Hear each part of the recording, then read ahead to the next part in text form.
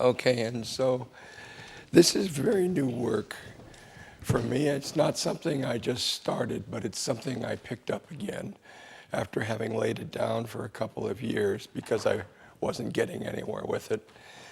It may have been a mistake. I don't seem to be getting anywhere very fast now either, but at least I should be able to present what I think are some pretty challenging problems that maybe come from surprising sources, what seemed like or could seem like offhand or off the cuff comments that people made about axiomatization.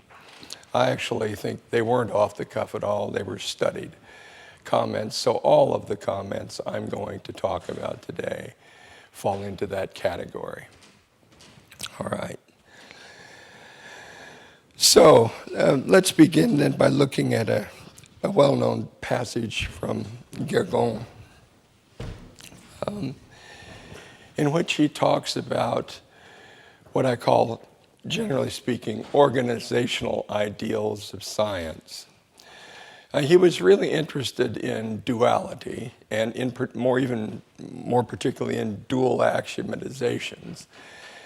And he thought that these were of particular interest because mathematics had grown so large that no one could master it without some sort of organizational help. And so he was commenting in this passage on two things. First of all, on axiomatization as a technique for organizing knowledge, and then more particularly on dual axiomatization as a means of organizing knowledge. So I won't read the whole thing out, but I'll read part of it. A science perhaps recommends itself less by the multitude of propositions which make it up than by the manner in which these propositions are related and connected to one another. So there he's emphasizing the importance of organization. He thought it was, broadly speaking, epistemological type of importance. Okay, so in other words, if we organize things right, our knowledge will somehow be advanced. Exactly how it might be advanced, we'll have to consider more carefully. All right. But he talked about the interconnection of beliefs. He talked about the special qualities that axiomatization had as a way of interconnecting beliefs. And then he mentioned one particular virtue that will be more or less the focus of my first talk in this series, and that's what I'm going to call compression or epistemic compression.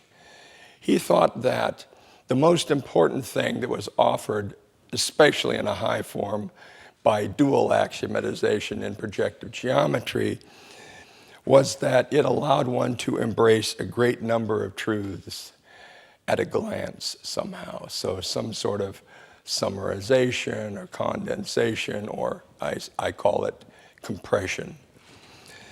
It was, moreover, a kind of justificative compression, but we'll say more about that as time goes on today. Okay.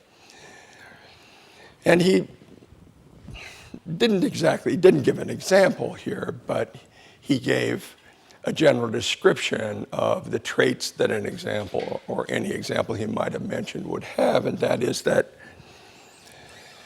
the kind of organization, compression, condensation he was interested in was to be compared with some alternative that I call the instance by instance strategy or plan of justification. So if we have a set of propositions and we want to think about justificative strategies for that set of propositions, one strategy would be, a very simple-minded strategy would be to go through and justify all elements of the set, element by element. Okay, he thought that that was a relatively poor form of organization. In fact, it was relatively no organization at all. And so he was looking for something that would improve on that. A plan for justifying a set of propositions that was more effective or more efficient, less costly in terms of resources that mattered, less difficult as a collective task than the instance-by-instance approach to justification. Okay, and so this is just a terminology frame where I'm telling you what I'm going to refer to this supposed virtue that Girgon was interested in and aiming at and thought was realized in a high form by a dualized axiomatization.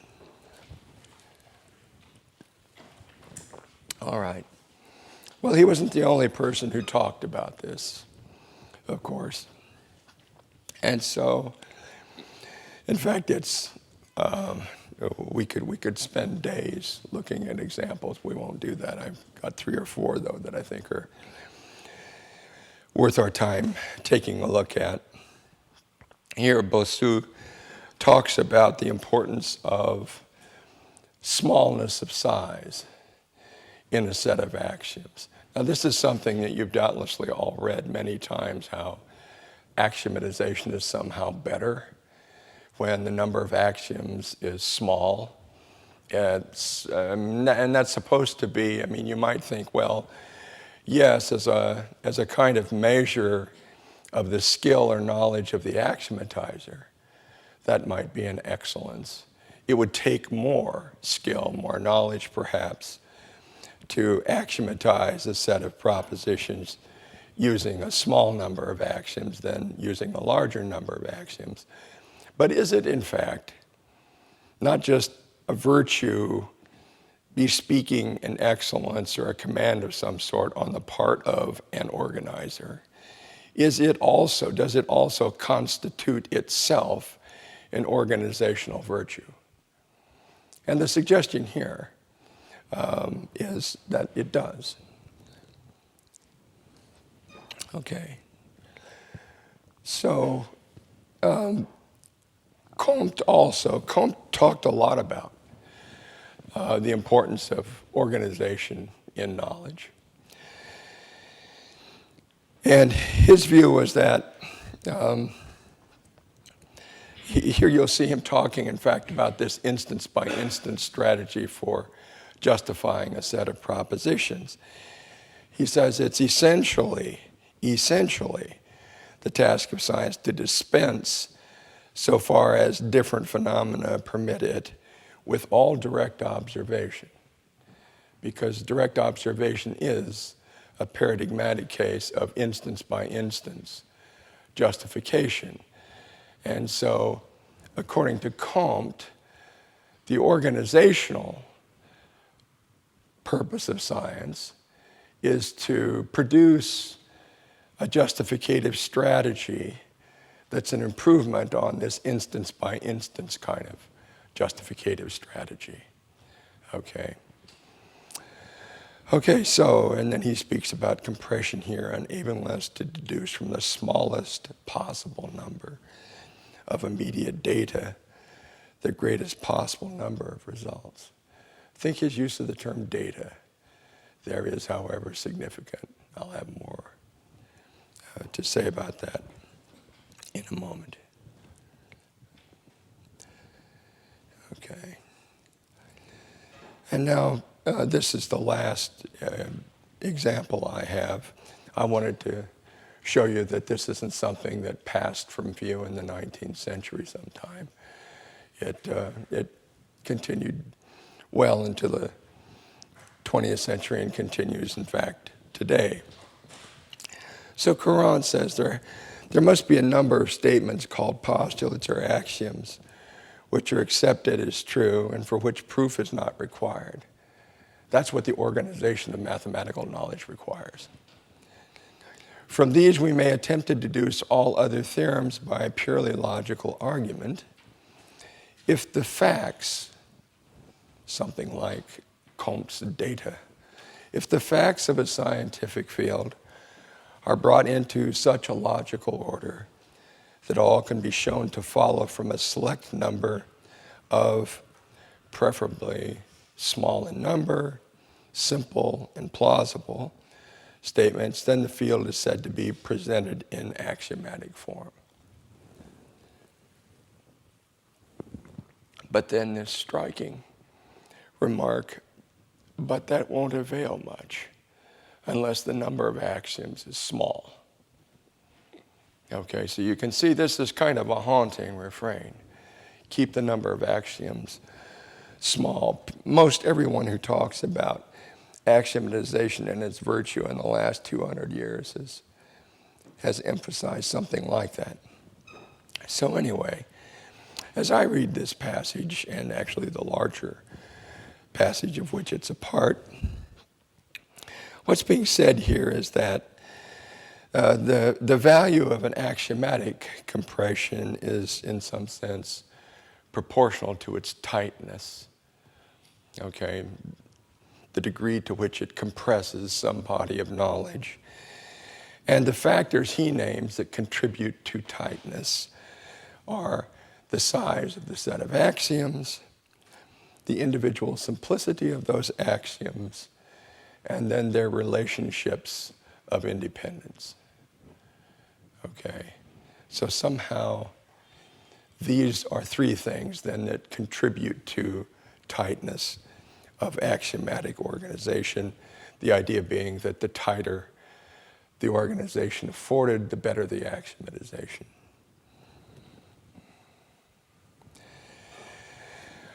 Okay, so if you go over and you look at salient points from those remarks, I think you come up with this list of 6. You could make it a bit longer if you tried hard enough, but this will do. This is more than actually I'll be able to talk about today anyway. The first one is that justificative compression is a prime aim of mathematics. Now, mind you, of course, I haven't said anything about what this compression stuff is. Okay, I've just attached that terminology to these remarks that we've looked at, all right? And that's all, at least I think I've done. I don't believe I've said anything informative about it yet. Secondly, that axiomatization is a prime means of effecting this desirable, primely desirable compression. Thirdly, compressing axioms are often more readily justified than the elements of the set of instances they compress. Okay, maybe the gear going went by a little bit too fast for that to have sunk in. Okay, that last colored portion of a sentence there. All right. So something's much simpler. The compressing axiom is somehow much simpler, much easier to justify than would be the justificative task of doing something else, in particular, of going through all of the subsumed instances one by one. Okay. So you see what's taking shape here, I hope, that I'm going to be treating this notion of compression as a kind of relationship between what I've referred to as justificative strategies.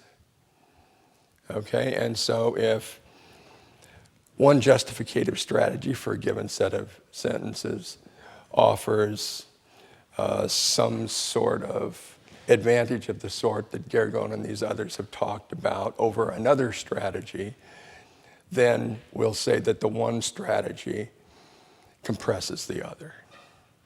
Okay. I've got to quit doing that or I'll get lost. Okay. Right. Fourthly, that compression is worth pursuing even if it leads to lengthier, more complex proofs of theorems. I found this a really striking thing, and I thought there probably is nobody else who said that. But that's wrong. Actually, there are a number of people who have said that thing. Now, I think this is important because here's an example of someone who thinks that this compression stuff really matters. Okay, it matters enough that even if axiomatization lengthens and complicates proofs, it's better to have it than not to have it. Wow, so now you have to be getting interested in this compression business. What is it that could be so good about this compactification that could overcome a disadvantage of this sort? Okay. Fifthly, that compression is better the tighter it is. That's not so surprising, I suppose.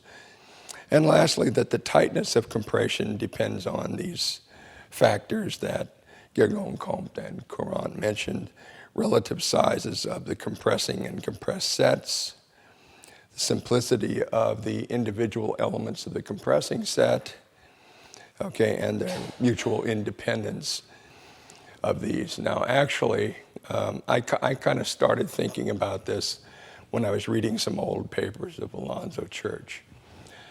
They were on a topic that he referred to as irredundancy.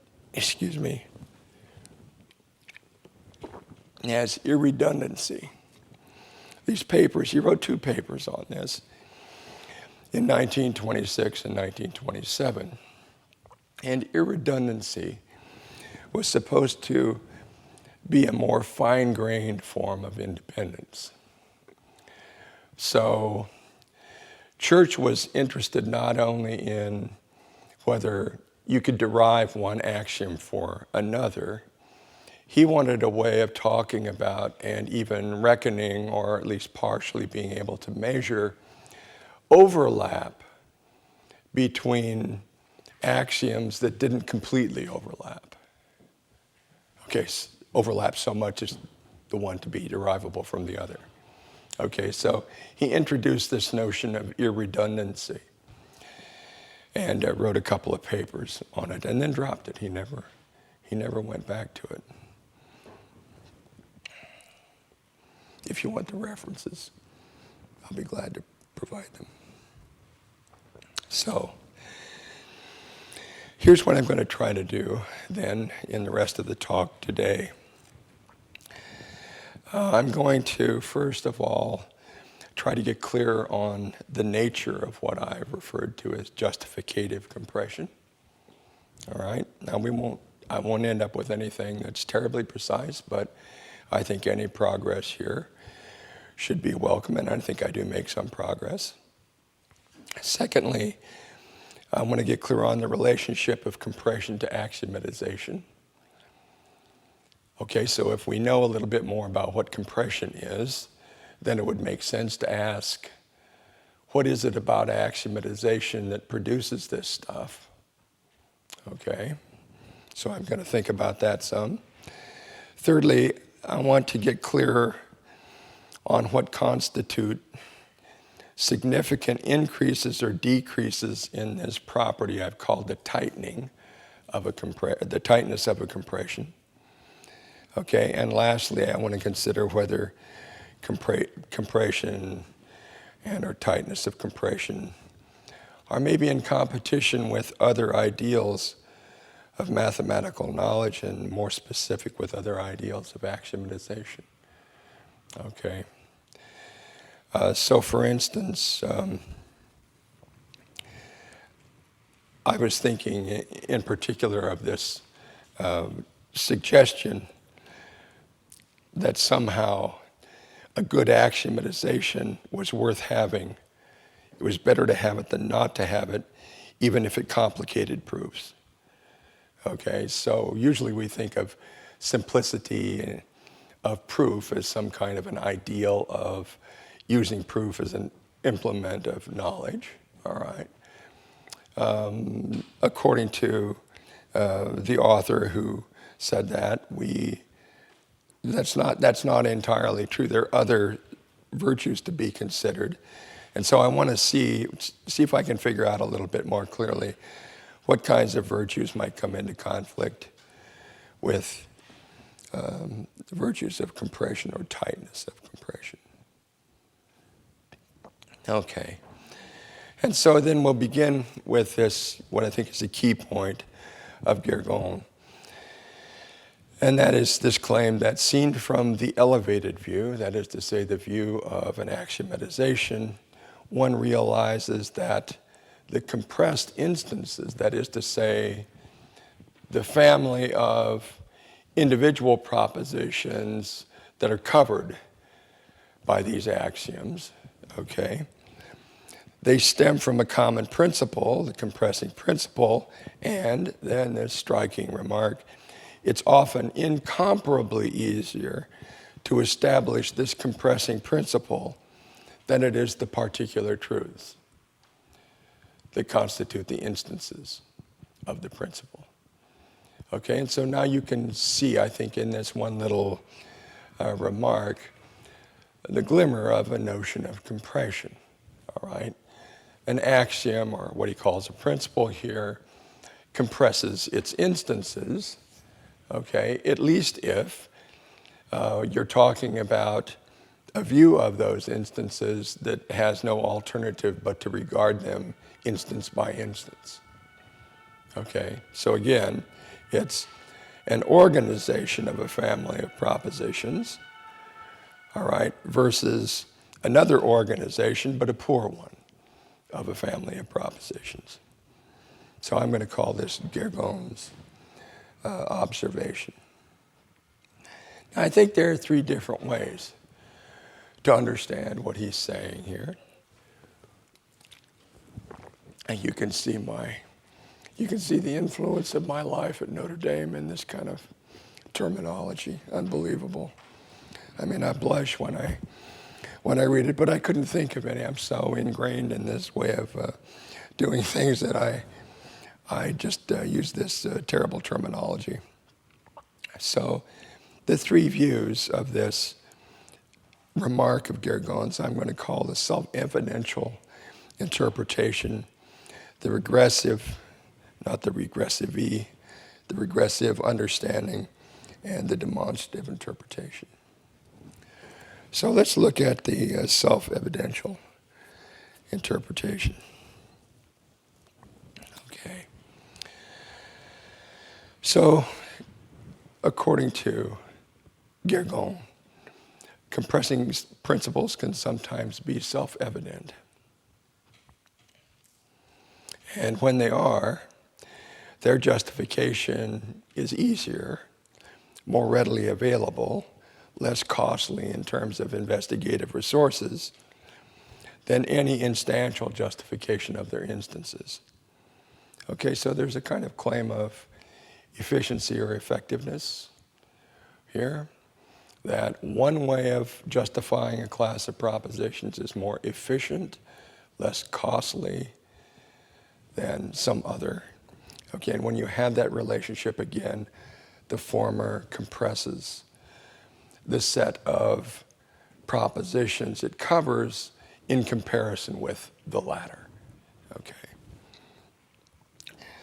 So then by instantial justification of an instance of a generalization, this is kind of important and it's kind of subtle. It actually turned out to be hard to give something that seemed to say something that seemed to be true about this. So when I speak of instantial justification, what I mean is justification that proceeds by whatever would count as the standard means of confirming instances, okay, of whatever type of generalization it is. And so, in fact, these practices might vary from field to field. Okay, so all this is some sort of invocation of what would count as engaging in the practice of confirming an instance in whatever science it is that we're talking about. Okay? The important thing is about instantial justification is that it makes no appeal whatever to the compressing principle and sees the instance that's being confirmed as an instance of that principle. It does not do that. Okay, you can imagine that if you want to anthropomorphize here, you could imagine it's blind. Okay, so I hand a logic student an example of excluded middle.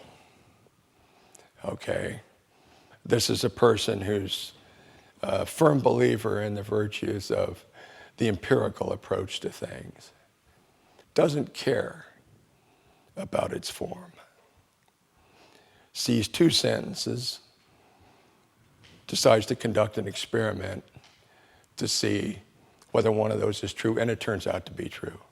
Okay, now he's verified an instance of excluded middle, but we certainly wouldn't say that he's verified it as an instance of excluded middle, okay, at all. But this is what instantial justification can come to.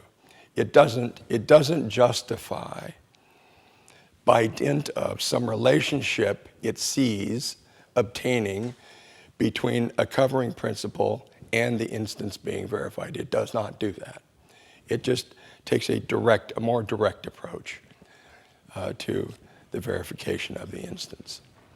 Well, that's what I'm calling, generally speaking, instantial justification. So that was the self-evidential variant of Gergon's remark. I use what I call a regressive interpretation, that even when a compressing principle is not self-evident, remember now the remark by Gergon was that these principles that subsume these large classes of instances can be incomparably easier to justify than the instances themselves. Okay? So that could be because they're self-evident, but what about if they're not self-evident? Okay? Well, even when a compressing principle is not self-evident, it may be assertable because it has been confirmed by sufficiently many instances of some sort. Okay? Now, that represents a little bit of luck. All right? I mean, if I have this principle and I decide, okay, I'm going to test this, and I trot out a bunch of instances of it and check those against whatever information sources I think are relevant, and it turns out to be right in every case. After a certain number of such cases, I'll be entitled rationally to assert the principle. And it would be silly to suppose that I'll have to go through all the instances before I reach that point. Okay, well, no, if I'm fortunate enough to pick instances that I'm able to verify, then I'll be able to exploit what knowledge I have at my disposal to actually elevate and extend my knowledge. I mean, that's the essence of induction. Okay. So that's one way then of looking at it. I mean, he could be saying what makes it easier is that you don't have to look at every instance. That's what the instantialist has to do. But you don't have to do that because you might find, even if you take an instantialist approach, you might find before walking the whole instantialist mile that you've got all the evidence that you need for your purposes. Okay.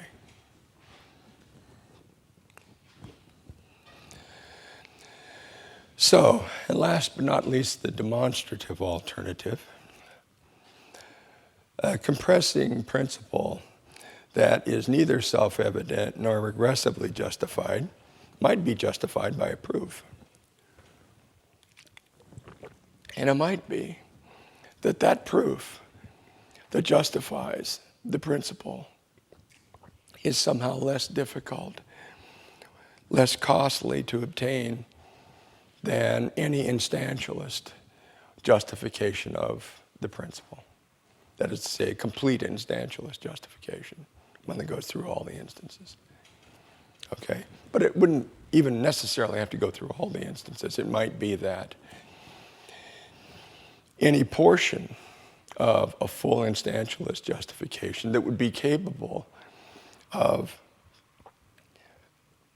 sustaining the assertability of the principle would require greater cost, greater effort of some sort to establish than would establishing whatever the subsuming principle for P is. That could happen. I'm just pointing out broadly logical possibilities here.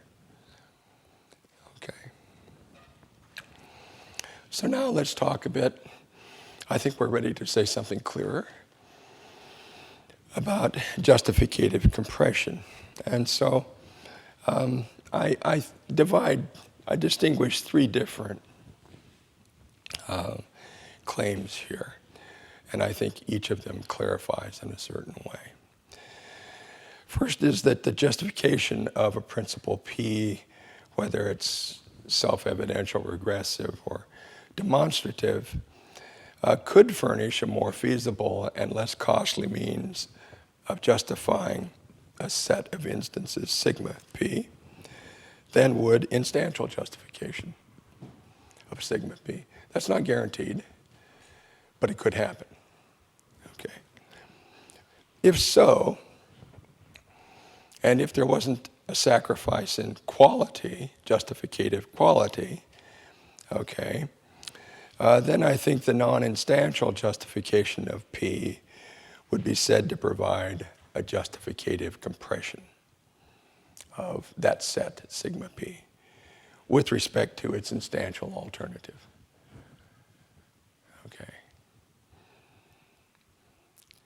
And more generally now, if then a given plan, what I'm calling a justificative plan for the justification of a set of propositions, is a compression with respect to all its alternatives, then we'll just say simply and unqualifiedly that that plan yields a justificative compression for that set of propositions. Okay, I mean, I just wrote this out so you can see where the quantifiers are. Okay. So now let's talk a bit about the nature of compression, what it is. That was a characterization of when compression occurs. It gives you an idea of what I think compression is. It's this relationship between justificative strategies with respect to a given set of propositions. Okay? But really, what's its nature? Well, I think it's constituted by a reduction in the difficulty and or cost of a justificative task without a sacrifice in the justificative quality of the product. Okay.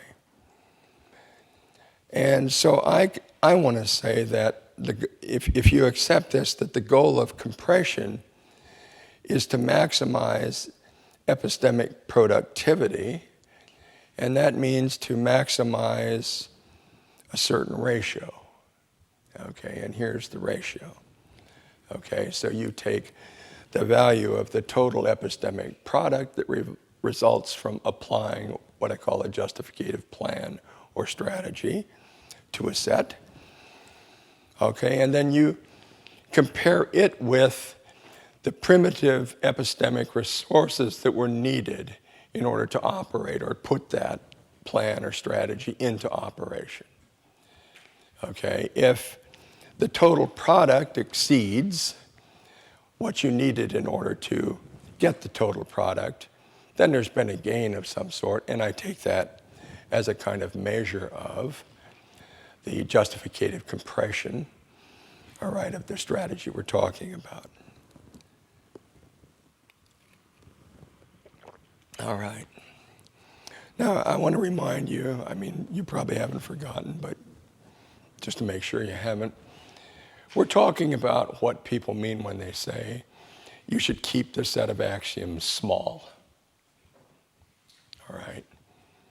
What are they thinking of? What could they possibly be thinking of? Okay. I'm moving towards a proposal here about what is meant by that. I think they mean something having to do with epistemic or justificative compression.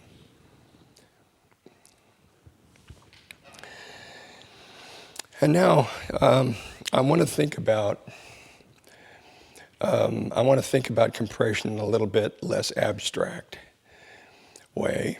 So far, I've been just treating the notion abstractly, but I want to think about now is if I was after compression, if I wanted to produce compression of this justificative sort, what type of axiomatization would I most prudently use to try to produce it? Or you could put the question a different way. How can you hope, what rational expectation have you of obtaining justificative compression through invocation of an axiomatization? Okay. Well, so I worked on this for a while, and I found it pretty frustrating. And I got less frustrated when I saw there's a real need for a distinction here between two very traditional things. One I call a synthetic axiomatization, and the other an analytic axiomatization. And all of you guys will know basically what I'm thinking about there. Okay. But still, I'll go ahead and give my general characterization of what I take as these two forms, broad forms of axiomatization to be. So I looked at the problem this way. I mean, one way of looking at the problem of knowledge is this. I've got a space of propositions to be known. God gives me evidence, a distribution of evidence over that set of propositions so that some of them are evident and some of them aren't. Okay, my task as a knower is to extend the evident nodes of the class as effectively as I can to cover the whole space. All right, that's really my challenge as a knower.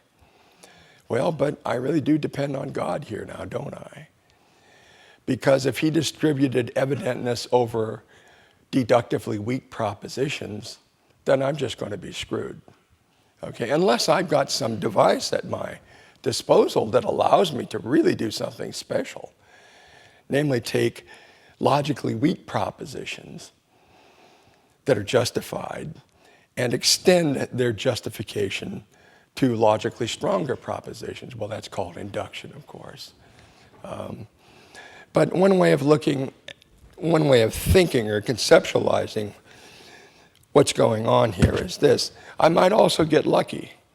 God might really love me and want to bless my knowing, all right? And because of that, when he distributes evidence across the propositions in my world, all right, he puts high self-evidentness on a bunch of really strong propositions. And then my task is cake, right? I mean, unless I'm really bad at logic, all right?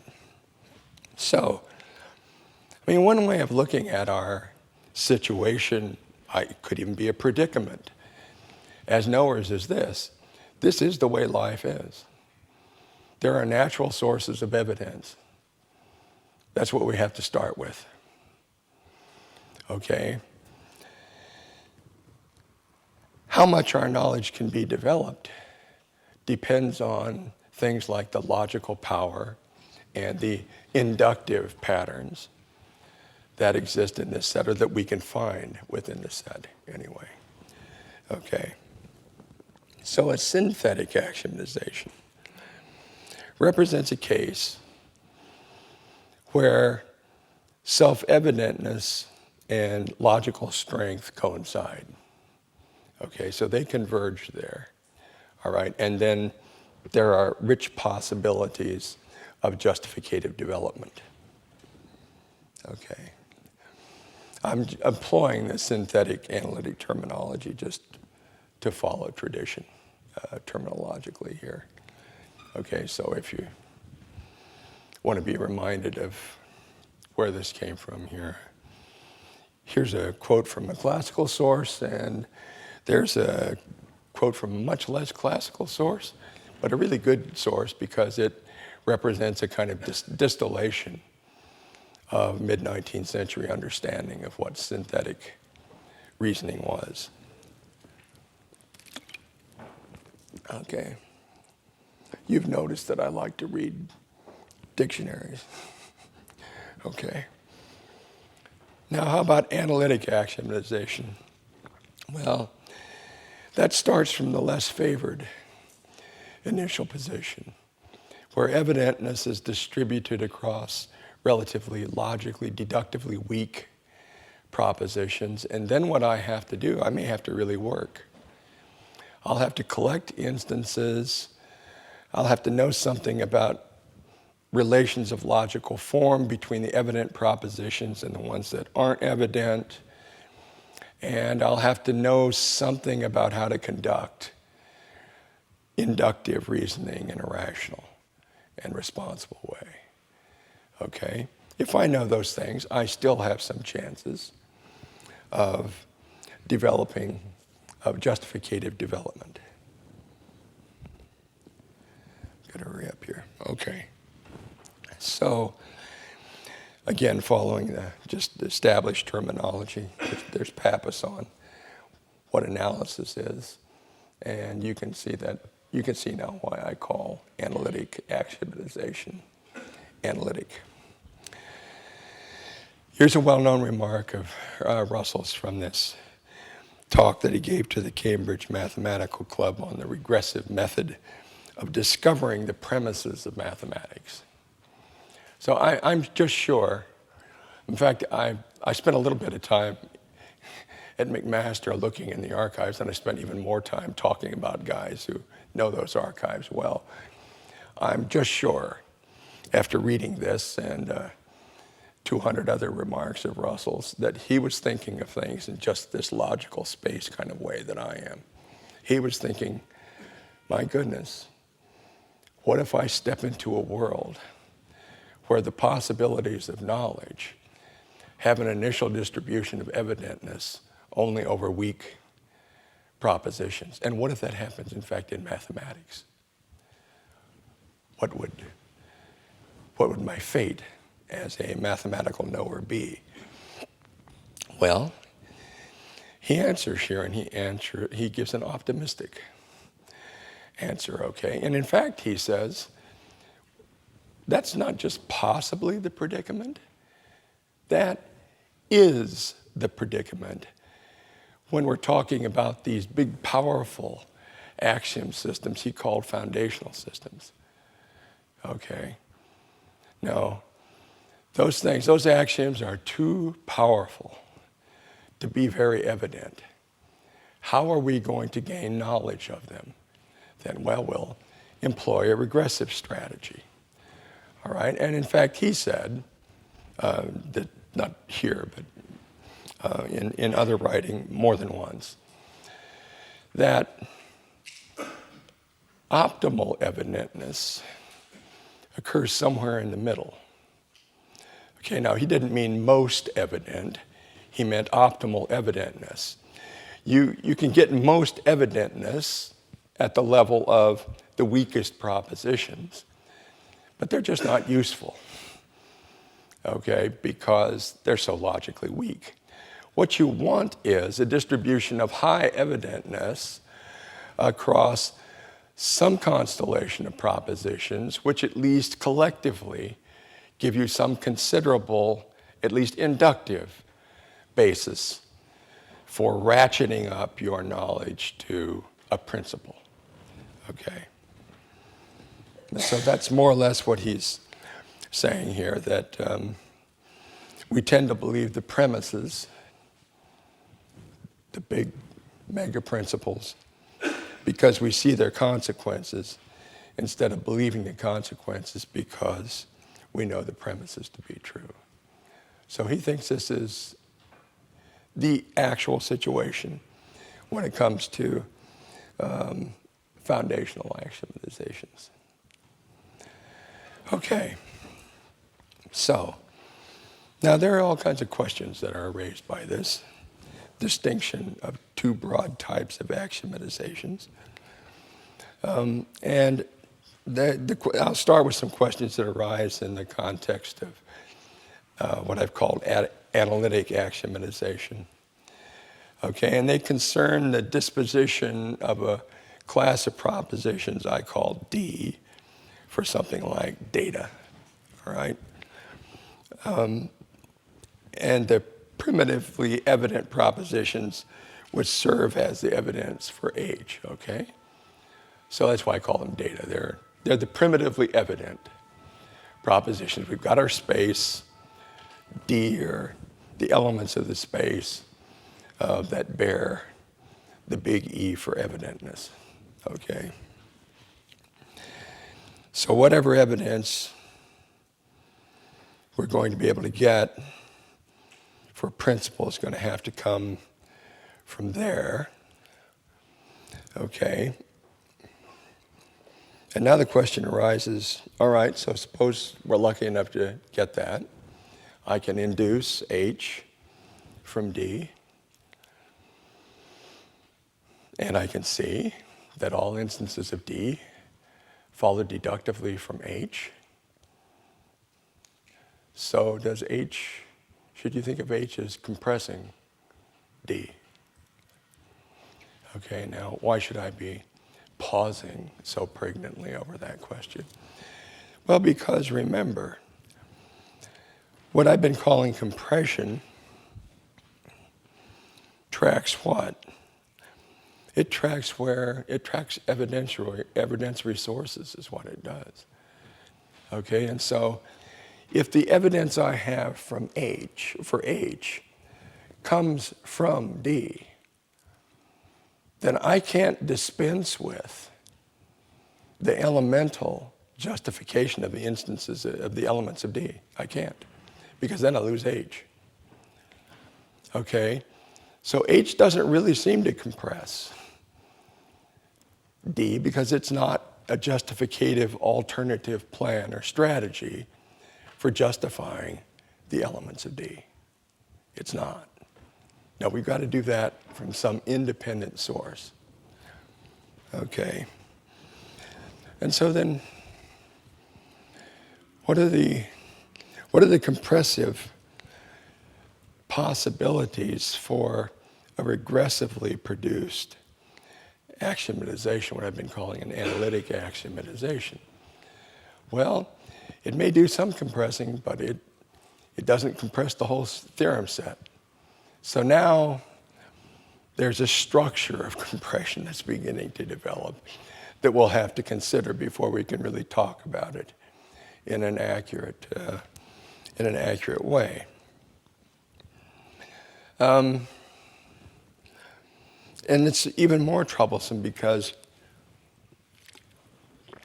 once I've seen that my possibilities for justifying H are limited more or less to this regressive or analytic strategy, then I'm motivated actually to let D grow because I get more evidence for H.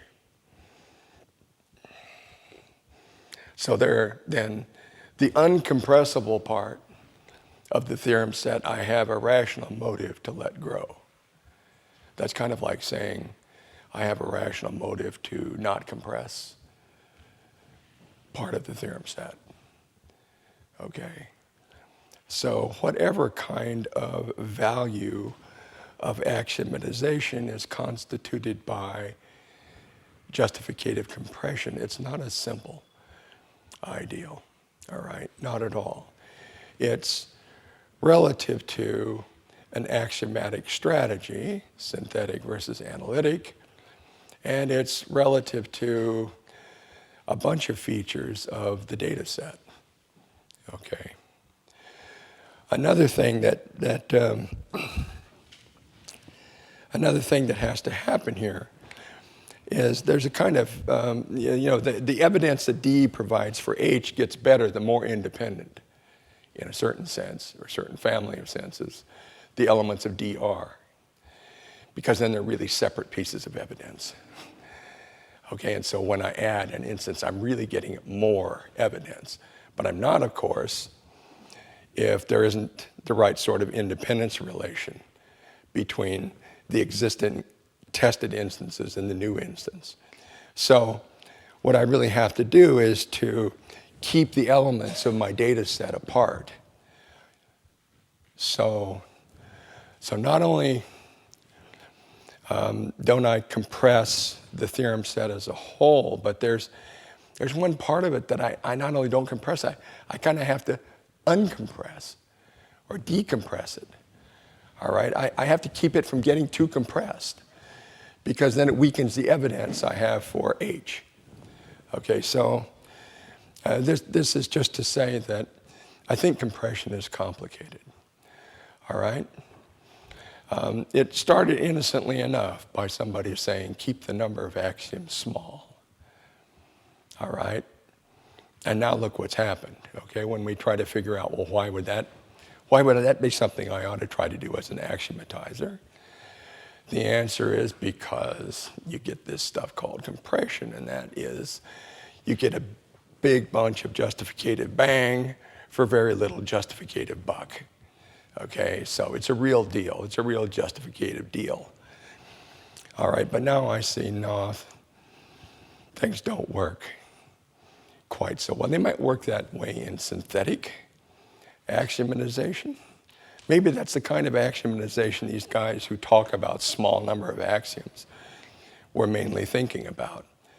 It would be odd if that was the case, because they were certainly, especially in the case of a guy like Courant, was certainly au courant. I mean, he knew about the hypothetical method in mathematics, and in fact, his teacher was a very well-known advocate of that. I'm sure he let his students know about it. Okay, so it's my view then that in analytic axiomatization, the axioms aren't intended to give a justificative compression of the whole of the theorem set, T. And in particular, they're not intended to compress D. Okay, and neither is minimization of number of primitive acceptances a primary goal. Okay, so remember now the crucial ratio was we've got these primitive evidentnesses that come from God or nature or some other source independent of us, but it's where we start the knowledge game, all right? And so we're going to judge ourselves at the end of our epistemic lives by how much we were able to build on what we were given.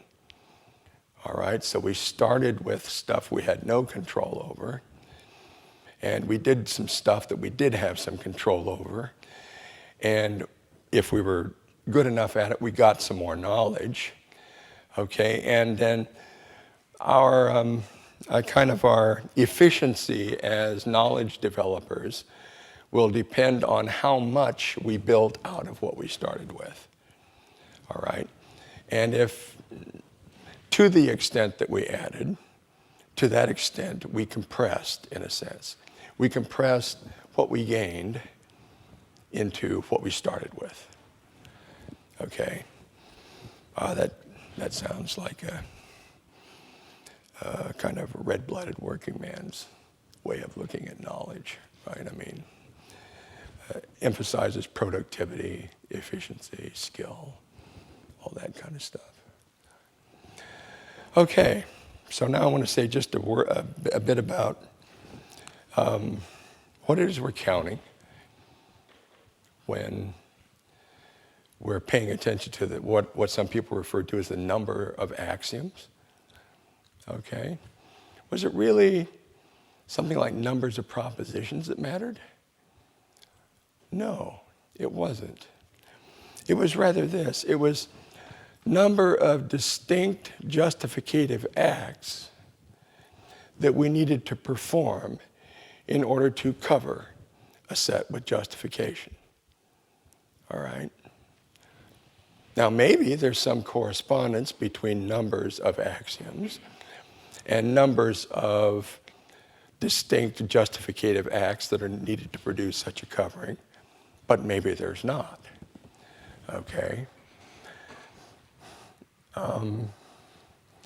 And so I think that all of these people can be interpreted more plausibly, not as talking about really the literal size of an axiom set, but this more abstract, ethereal thing called the size of the rudimentary justification set. Okay. So this is just my way of saying I didn't take them too literally.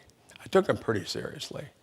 I mean, I've been talking for an hour. I mean, so enough to have something to say for an hour about this, but I didn't take them utterly literally. I did actually invest some effort into seeing if I could find a way to take them literally, and I'm convinced there are only foolish alternatives if you do take them literally. So I didn't. Let's see. Well, yeah, so let's now think ahead a bit. A couple of things I'll be talking about or wanting to talk about next time. Maybe you'll want to think about them a bit between now and then.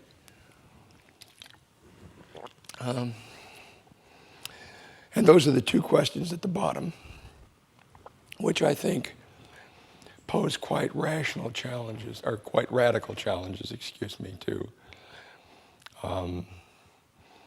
these compressionist ideas. Okay? And you may have been thinking of these as I was talking. One of the challenges is whether any type of epistemic efficiency really is a compelling organizational goal of science. Okay, and the second is that it concerns whether the precept of keeping the number of axioms small is really well regarded as representing a concern for efficiency. Okay? Now, those are two big ways I could really go wrong, and anybody could go wrong in taking this compression stuff too seriously. All right. So let's see. Let's look at that first question a little more carefully. All right. The idea is basically this. Why should I care about efficiency? Well, I care about efficiency for one of two reasons.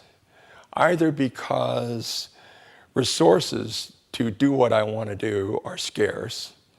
They don't grow on trees. And so I only get so much of it. I've really got to make it count. Okay, so scarcity of basic resources is one.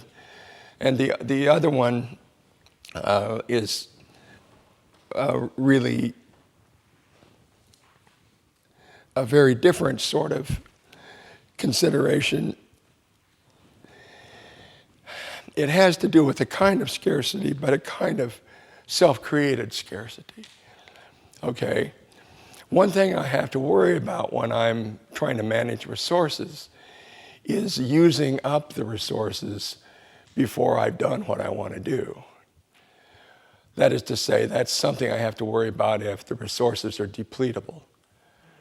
Okay? So I'm concerned about efficiency when resources can be scarce and when they're depletable. Query. Is justification or rudimentary justification like that? Is it scarce? Well, it might be. And it might be scarcity that would be the driving force behind efficiency. Is it depletable? Well, that's kind of, I think, a harder question to wrap your mind around. And of course, right away you're saying, well, that's not really the question. I mean, I don't really care.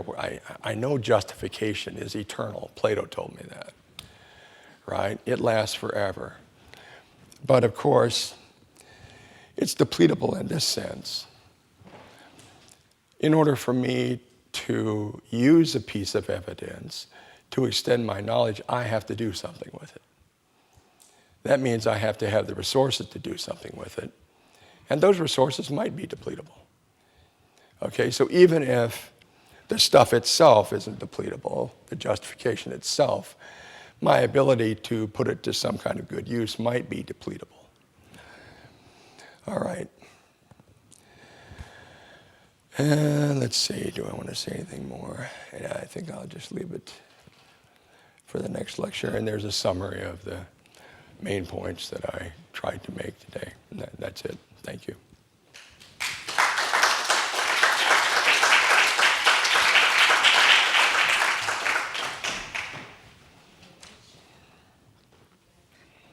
First question.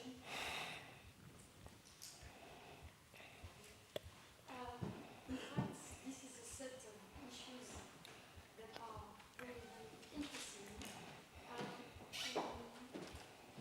I mean, the question I'm going to ask comes from my long-standing interest in two modes of organization of mathematical knowledge. One is the 18th century mode of practicing analysis, namely that you attempt to identify a principle out of which, by mere analytic algebraic transformation, you're going to obtain all the domain you want to cover. For instance, the analytic mechanics available from analytic trigonometric geometry. By contrast to axiomatization. And in fact, I was wondering when the value that you mentioned that axioms should be in small number, when that started, because it doesn't seem to me to be so conspicuous in antiquity. No, it's not. And so I was wondering whether there were not contamination of values in organizing mathematical knowledge between different ways. I was wondering whether the idea that axioms could become smaller in number was not an idea that came from other ways of organization of knowledge, because it's clear that in the 18th century there was this idea of diminishing the number of principles out of which you could Right. derive analytically all the propositions that were known. So, I don't know enough about the whole history of this to really give you a good answer. I think I know a little bit, so I'll tell you what I think I know. I think the preoccupation with smallness of numbers really didn't begin that way. It began with widespread acceptance in mathematics as well as elsewhere of what I'd call a hierarchical scheme of knowledge organization. Okay, and so you keep trying to generalize and find deeper, higher, whatever you want to, whatever the metaphor is, higher, deeper, whatever. Anyway, you're moving out or down a hierarchy, all right? And the idea was that in order for the subsumptions to keep mounting, you were going to have to induce a smaller number of principles. Okay, that's part of what the hierarchical organization was doing. It was diminishing the number of principles. And so there was this correlation, to some extent strained and illogical, but I think nonetheless a correlation between hierarchical penetration of knowledge, which everybody thought was a good thing. Everybody who bought into these hierarchical schemes anyway thought that was a good thing. And the idea that when you do that, you do decrease the number of basic principles. Okay? So I think that's what there was pretty early on. I made some attempt to find serious mentions of a smallness of number of axioms as early as I could, and I've got them into the 18th century. But it just that's not very old, of course, but it does happen there, and it happens with a fair amount of frequency.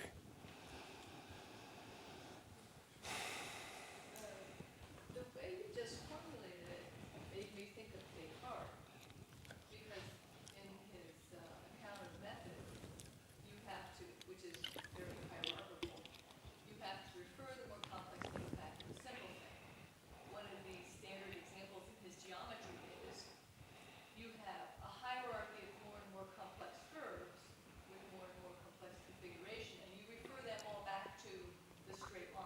Mm-hmm. So there's a multiplicity of higher curves, but there's only one straight line in a sense.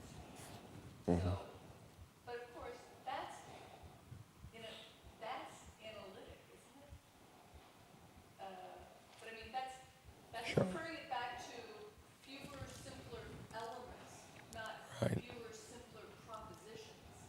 Well, but of course, I mean, the usual view of analysis, Emily, as you well know, is that you can walk both directions on that road.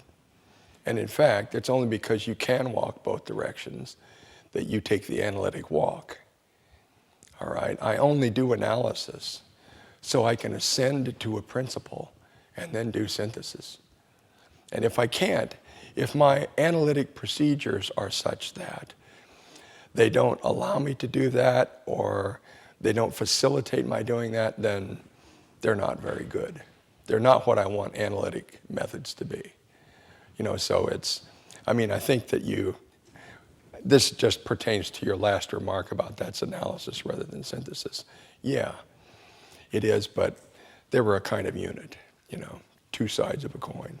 So I'm just suggesting that if that tendency, fully articulated with respect to principles, arises in the 18th century, perhaps it finds its inspiration and antecedents in the 17th century in that notion of Cartesian Right. method, which then becomes so pervasive. Yeah, I've looked and I haven't found, but 18th century, yes. 17th century, no. No, I'm not saying that's Oh, what it is in the 17th century. I'm just saying it's finding its inspiration in that conception. oh, that could be, yeah. Yep.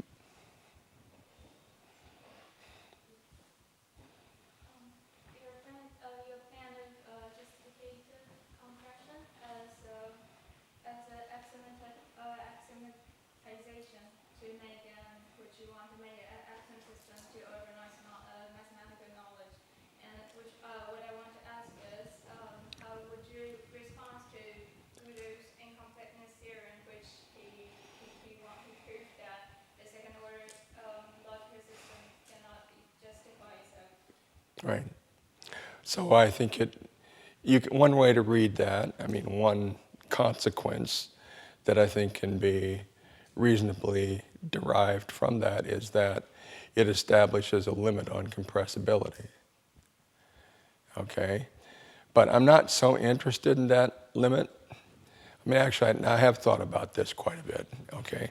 I'm not so interested in that limit because what you can't compress, according to Gödel's theorem, is a class of truths.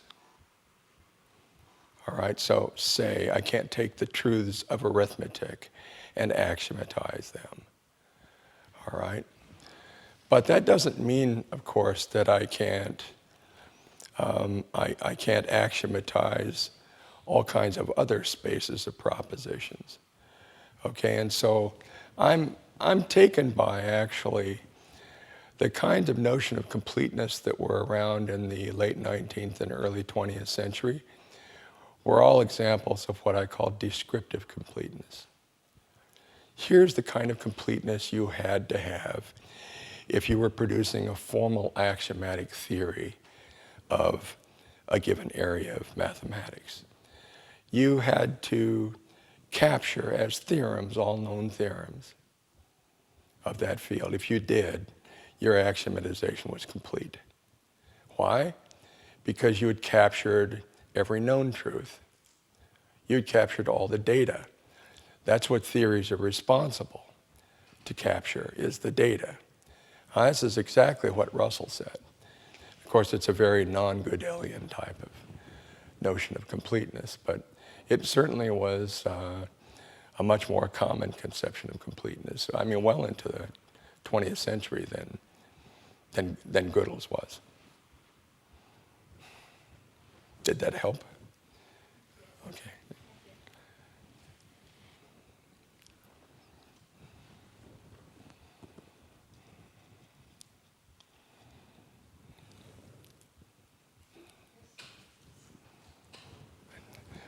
Claudine will identify. So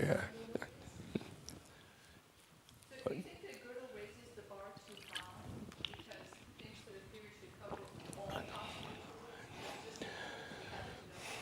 No, I wouldn't say that necessarily. I'm just saying it's easy to confuse two things. Certainly, any theory in any area of science has a responsibility to anything that can count as data. I would say that's its first responsibility as a completeness responsibility. Okay? Would it be nice when you've come up with a set of axioms that capture all the data to also have a set of axioms that captures all the truths? Yeah, but really, how would you control that? How would you, well, exactly, but yeah, exactly. How would you control that? I mean, if I don't know all the truths, then I can't design a theory to be Gödelian complete by designing a theory to account for what was known to be true, right? So I think in a way, I mean, Gödelian completeness might be some kind of, I mean, it would be a nice thing, wouldn't it? Even if we couldn't know it, it would probably be a nice thing, right? Even if I couldn't know a theory was complete. If it really was, it'd be a nice theory, all right? I'm going to say that, knowing I have no danger of ever having it put to the test. So, but I don't think that notion of completeness is nearly as compelling as this notion of descriptive completeness.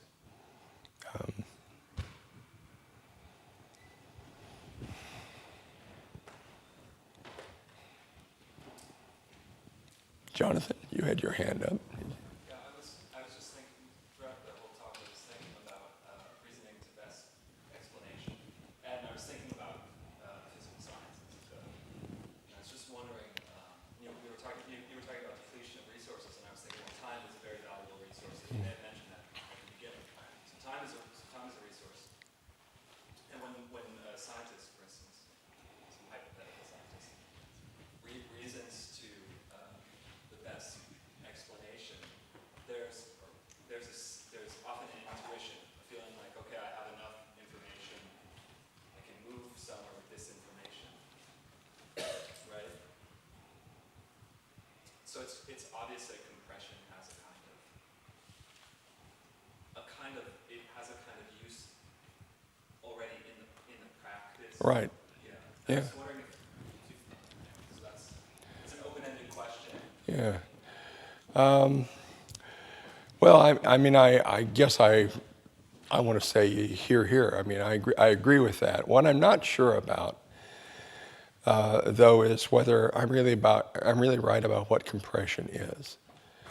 Okay, whether it's really a relation that exists between two justificative strategies as strategies for managing the justification of some set. Okay, is it that, or is it something else entirely? If it's that, then I'm very comfortable with the view you described. If it's something completely different that doesn't really have to do with, well, for which there's no practical means of implementation. So in other words, if this connection I queried between compression and axiomatization, if that's not right, then I think I probably will be less interested in compression because I won't have any practical ways to go about getting it.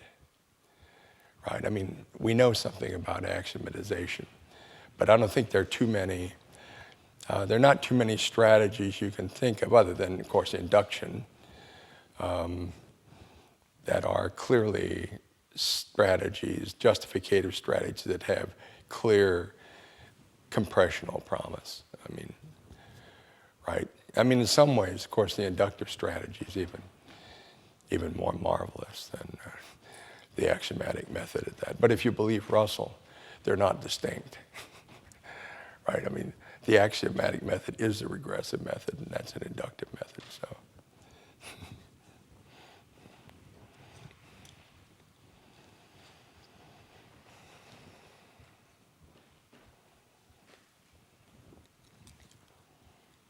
Can I ask you about two examples that come to mind when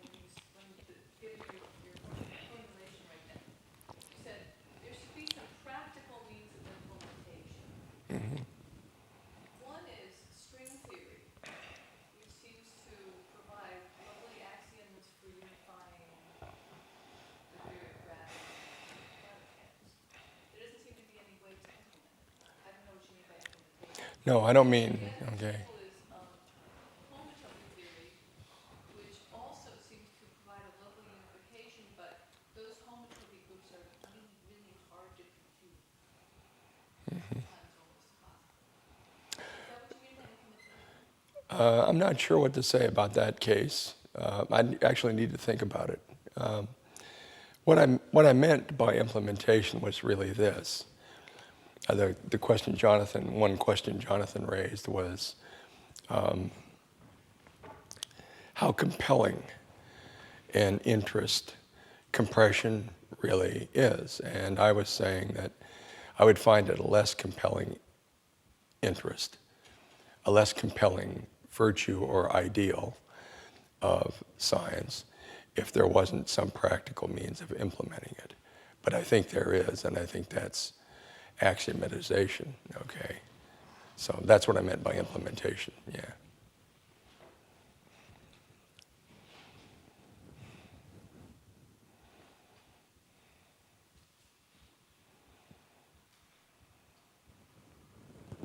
I had just had a problem about the concept of compression Okay, in terms of its relation to the efficiency of mathematical knowledge. To a certain extent, you might think that in order for mathematical knowledge to teach you something, it must not be so much compressed as a kind of ampliation. exactly, yeah. And to a certain extent, there were some mathematicians at the end of the 19th century who said that the main difference, precisely, between what they expected from mathematical reasoning in comparison with a kind of logical mathematical reasoning and the calculus was that in the case of the logical mathematical reasoning, there was some kind of ampliation, right? Right. That was also the difference, for example, someone like Peirce made between the corollarial reasoning and theorematic reasoning. Mm-hmm. And he thought that precisely what was interesting was the way you did not compress. Right. Anyhow, Yeah. so I would like to know what you think of that Yeah. view about, in terms of precisely what may count as mathematical knowledge, and not only in terms of mathematical justification or validity. Because to a certain extent, it may be the case that knowledge is something wider than a mere strategy Sure. engaged in processes of Yeah. validity or justifications. Yeah. At least if you think in epistemological terms, you may be a little bit worried by the way you. Right. Okay, you see what I mean? Right. I mean, knowledge is more than confidence in a strategy. Yes. Right. I mean, if I'm going to have knowledge of the product, right, I've got to have confidence in more than the efficiency of the method. Okay. Yeah, I agree with that. I introduced so much weird terminology in this talk. I actually went back and edited. There would have been more if I hadn't done this. So I make a distinction between what I call extensive efficiency and operational efficiency. And I say that a justificative plan is extensively efficient if it carries justification to every part of the relevant space, okay?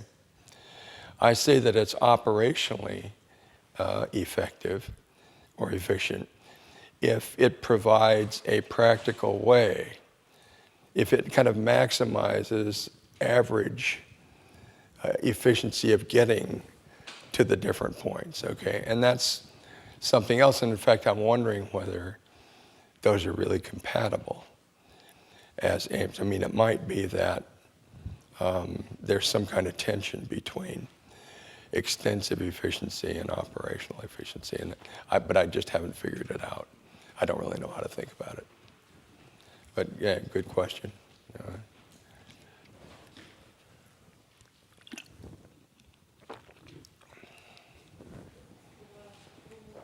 Questions this evening. I'd like to thank Professor Detlefsen for his wonderful talk. Well, thank you. It was a nice conversation. I enjoyed it. I'm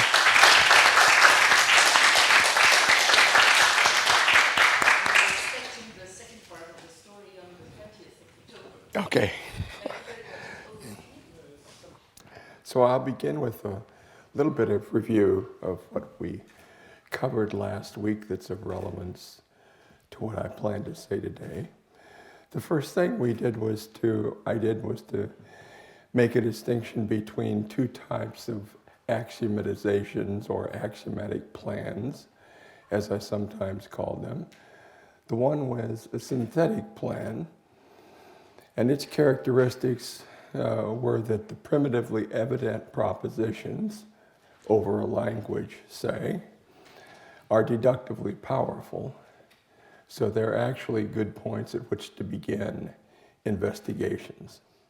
You can go a long way with those. And then there's another type of axiomatization described in some detail by Whitehead and Russell in Principia that I call analytic axiomatization. And that's a scheme where the primitively evident propositions are logically weak. Okay, and so in order to get anywhere, you have to first find some axioms, some powerful principles. Hope you've got enough hypothetico-deductive evidence to make them evident, and then you can actually get going with some justification. Okay, I described synthetic and analytic axiomatization as having a common organizational goal. I called it a compressive goal. And that, simply stated, is to maximize the harvest of the primitively justified propositions. And by that I meant to maximize a certain ratio in blue. All right, and the idea is that the higher this ratio, the greater the justificative compression, and the more work, the more valuable an axiomatization is.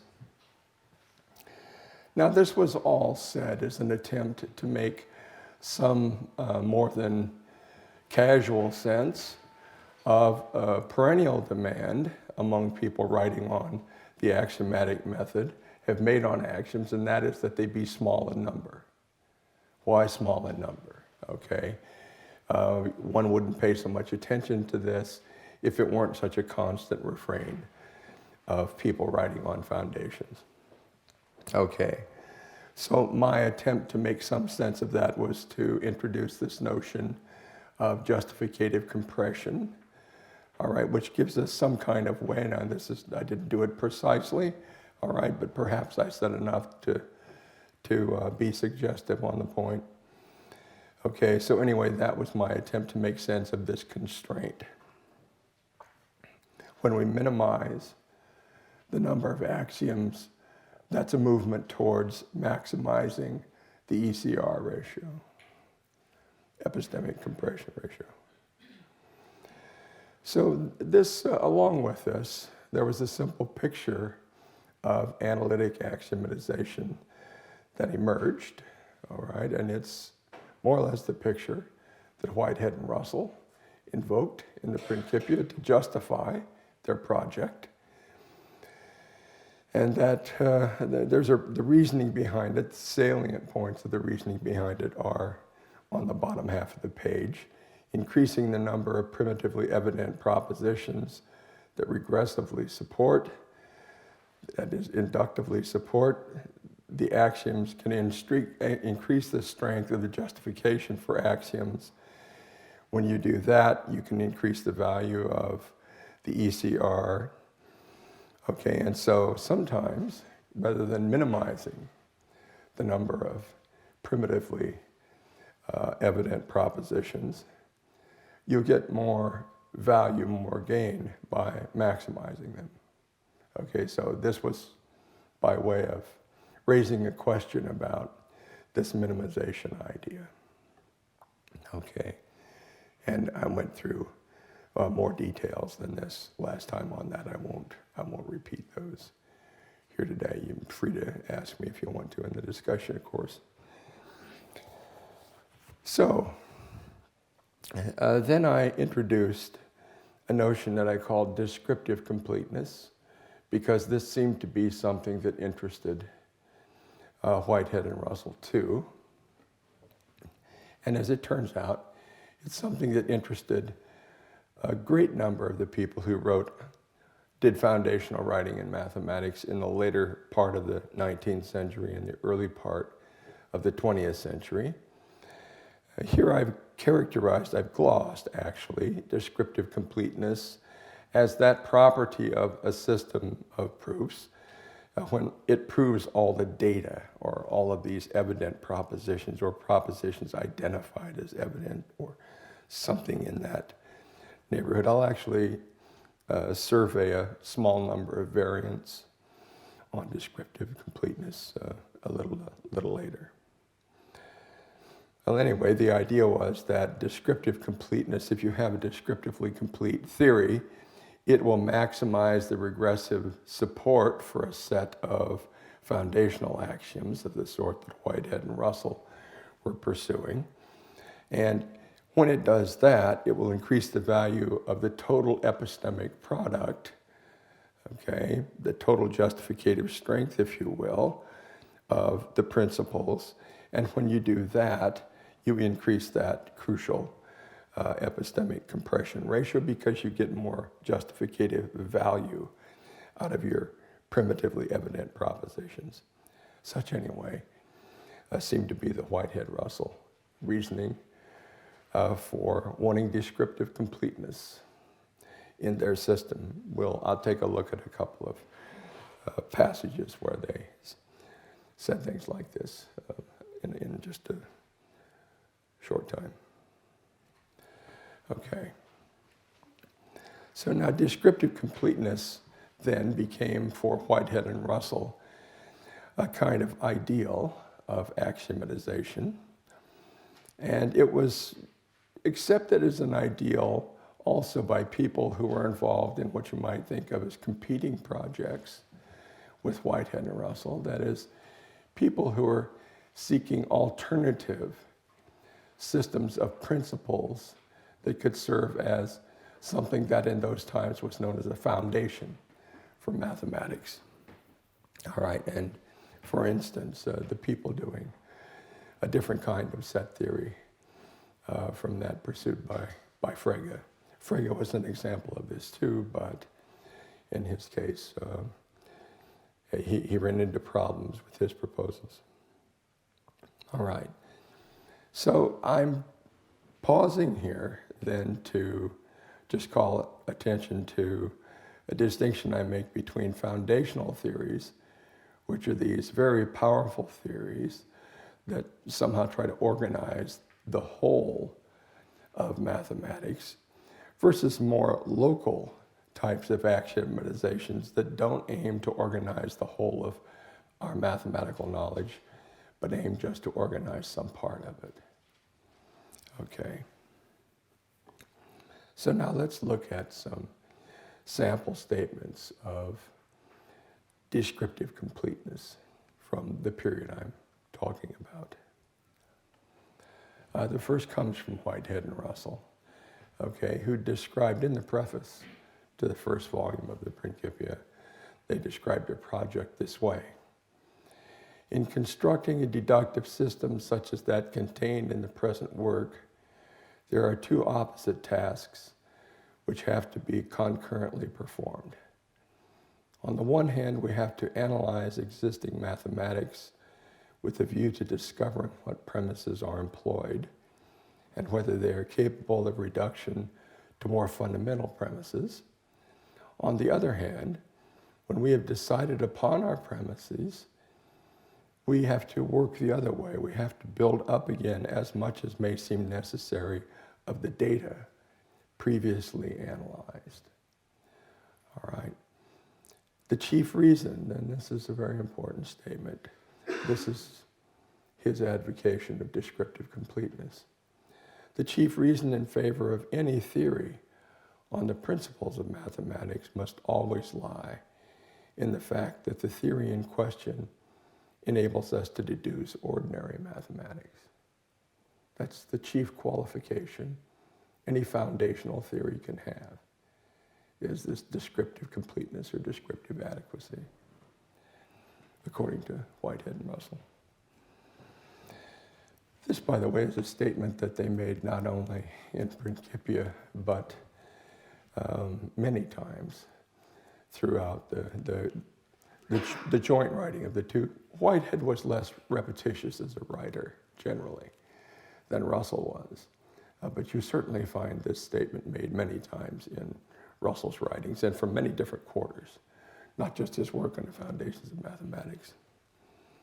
Okay, so I want then to distinguish something I call an analytic task in this description of the Principia project, which is the task of discovering an organizational scheme, a set of founding axioms upon which to base mathematics. And then there's this synthetic task, the colors match, okay? There's a synthetic task, which Russell describes as having found the principles, building back out and retrieving all of the data for which you're trying to construct an organizing theory. And then in the light blue, we have this statement of descriptive completeness being a premier credential for foundational theory. Okay, well, foundational theories are one thing, however, and ordinary theories are something else. Could it be the case that there's something special to foundational theories that would make descriptive completeness a compelling ideal that isn't as strong for weaker theories? Okay. Well, I'm not going to directly address that question right now. I will say something about it in the longer talk today. But I just want to show you what others said about that. Okay, and so Veblen, who's not known primarily as a figure in the foundations of mathematics, but in truth is, I think, one of the most interesting foundational writers there is, not least because he was so daring in his ideas. He just came, I mean, if he thought something, he actually tried to describe it. Anyway, he was very skillful and suggestive that way. I recommend him, in case you haven't read lots of Veblen's stuff. He said, anyway, talking about the foundations of geometry. So not an entire foundational system for mathematics, but a foundational system for a part of mathematics, geometry. The problem of the foundations of geometry is to find a system of axioms that's necessary and sufficient for geometry, necessary in that no axiom can be dispensed with, and sufficient for the deduction of the whole system of geometrical knowledge. So there you see this idea of descriptive completeness applied to a local theory. A foundation for geometry has a responsibility to something that might as well be called data. Those data are what Veblen describes here as the whole system of geometrical knowledge. Okay. Huntington. A miscellaneous collection of facts does not constitute a science. In order to reduce it to a science, the first step is to do what Euclid did in geometry, namely to select a small number of the given facts as axioms, and then to show that all other facts can be deduced from these axioms by the methods of formal logic. There's no regressive structure in this, notice. You start with some evident facts that circumscribes your choices for axioms. So you don't try to elevate evidence for some weak set of propositions to justifications for some stronger propositions, which will then become your axioms. Okay, so Huntington seemed to have a pretty synthetic, as opposed to analytic, conception of the foundational task. I mention this because you may not have come across it. It's not in a piece of writing that's widely available. It's more widely available now that there's been a collection of some of Hilbert's lecture notes, okay? Anyway, it represents what I think is the clearest statement of descriptive completeness as an ideal of axiomatization, local axiomatization, actually all kinds of axiomatization according to this statement in Hilbert, all right? So most often Hilbert didn't talk about descriptive adequacy or descriptive completeness. He talked about other kinds of completeness. Right here he does talk about descriptive completeness. All right. This is quite early, notice. And then there is a Dutch writer who, again, is one of the more interesting 20th century foundational writers that I know of. And he tried to give a general formulation of descriptive adequacy. So he kind of tried to provide a framework for talking about descriptive completeness, descriptive adequacy, other kinds of adequacy as well. In fact, he tried to generalize the concept of adequacy by saying, well, there are two theories. One of them is what you might call a data theory, and the other one is the capturing theory. So we got a target theory and a targeting theory, all right? And then he defines what a kind of generalized conception of descriptive adequacy would amount to here, okay? Actually, much of the terminology that I use is from Heiting. I discovered this only after the fact, and after I started using the terminology, I was encouraged by it. So I thought it wasn't completely artificial. So for instance, he speaks of descriptive adequacy and descriptive completeness. He talks about analytic and synthetic axiomatization. And he raises some other distinctions that I'll mention later on. Okay, but the idea is that when you're axiomatizing, you're doing so against the background of some pre-axiomatic goings-on, all right? And we could idealize the pre-axiomatic goings-on as a theory of some, as comprising a theory of some sort. And the axiomatizer's responsibility is to organize, is to organize the,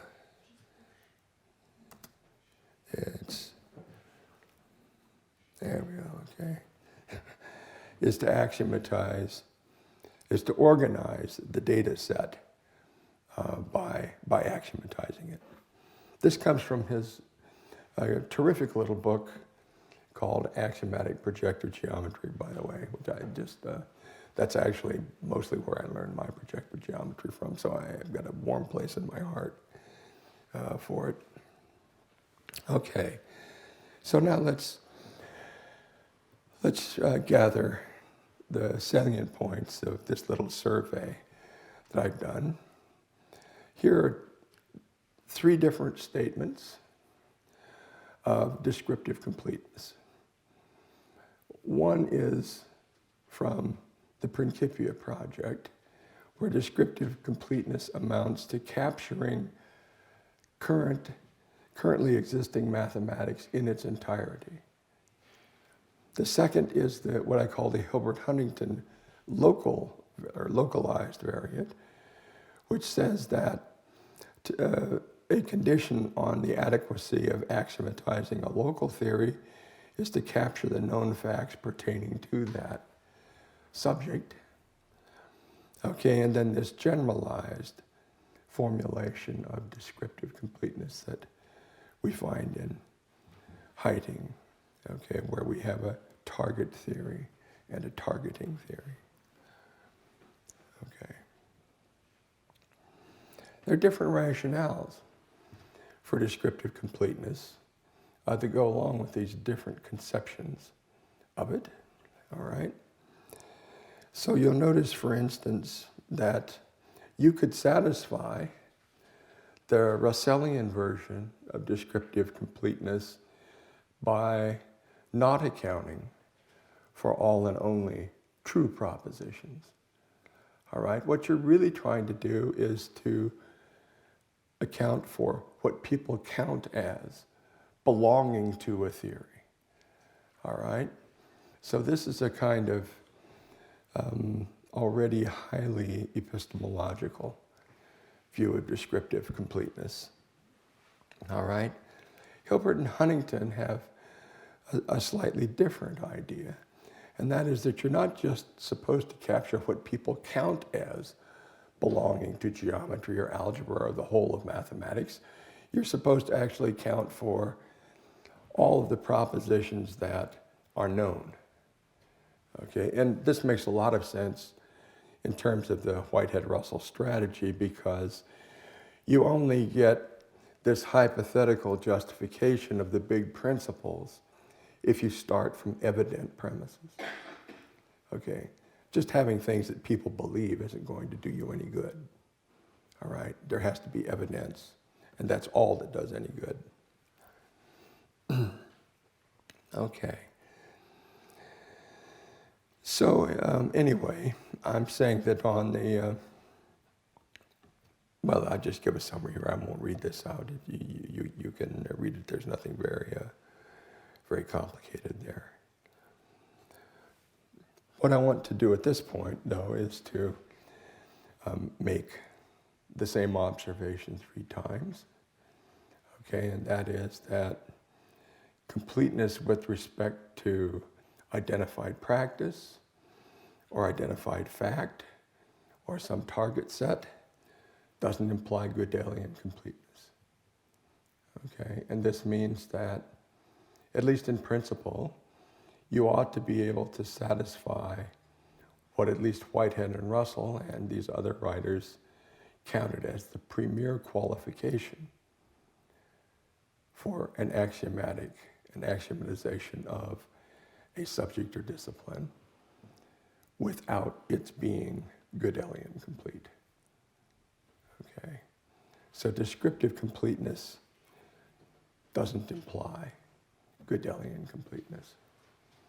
All right, and so I hope that that raises a question in your mind about how damaging then it would be to find that a theory you had proposed as an axiomatization for this or that subject, or even a grand axiomatization for the whole of mathematics, that it was Gödelian incomplete. Would that mean it was consigned to some sort of inferior status? And I think the answer is no. Not if, in fact, the premier qualification is descriptive completeness. But I'll say more about this. This is just a sort of foreshadowing of what I'm going to say. So now let's take since we haven't done a very careful job of stating what Gödelian completeness is, now's the time perhaps to do that for those of you. I'm sure almost all of you are familiar with it anyway. I decided that, that it was maybe a good idea to formulate it alongside Heiting's general formulation of descriptive completeness. And then you can see more clearly the conditions under which they'd be equivalent. Okay. I don't find it convenient in a talk to read things like this. Okay, so And I don't think you probably find it convenient as a listener to have it read to you, so I'll just put these up occasionally so that you'll see what I mean and compare it with what you think I should mean. All right. All right. By the way, oh yeah, what I'm calling Gödelian completeness has got other more common names. Okay, it's often called syntactical completeness, negation completeness. Those are two common names for it. Okay, I'm calling it Gödelian completeness because Gödel figures very significantly in these talks. Okay, so question. What is the target set? Heiting's D. When is that set Gödelian complete? Is it in the case of the Principia project? I think the answer there is no, and there's the statement right below. The chief reason in favor of any theory on the principles of mathematics, he doesn't say, must always lie in the fact that it's Gödelian complete. He says instead, must always lie in the fact that the theory in question enables us to deduce ordinary mathematics. So if ordinary mathematics is Gödelian complete, then yeah, the foundation will have to be Gödelian complete too. But if it's not, then apparently, according to the way Whitehead and Russell understood their project, the answer would be no. Well, I take liberty and elevate this to something I call the Whitehead-Russell thesis. Okay, I mean, it would take obviously a lot more careful textual arguing to justify this, but I'm just going to lay my cards on the table here and tell you what I think I could do if we had time enough to do it. And that is, you'd get this thesis called the Whitehead-Russell thesis, which says that the prime qualification as regards extent for any foundational axiomatization is that it be descriptively complete with respect to the ordinary mathematics it is supposed to found. Okay, now there's this funny word extent, as regards extent.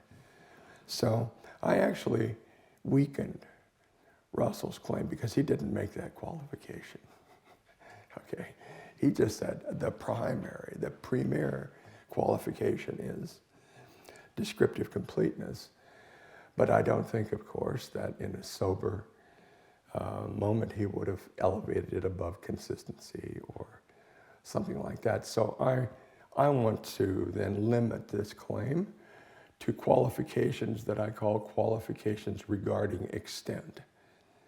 So if there are features on what's inside your theory that should serve as constraints on its adequacy, what are they? I'm saying that the Whitehead-Russell answer to that question is, yeah, it's this descriptive completeness that does that. That tells you that's the premier constraint on the extent of the theory, or the extension of the theory, if you like. And then I give a generalization of this thesis, which is not something that I think you'll find stated in any explicit form in Whitehead and Russell. At least I haven't found it. Philippe, maybe you know someplace where they did.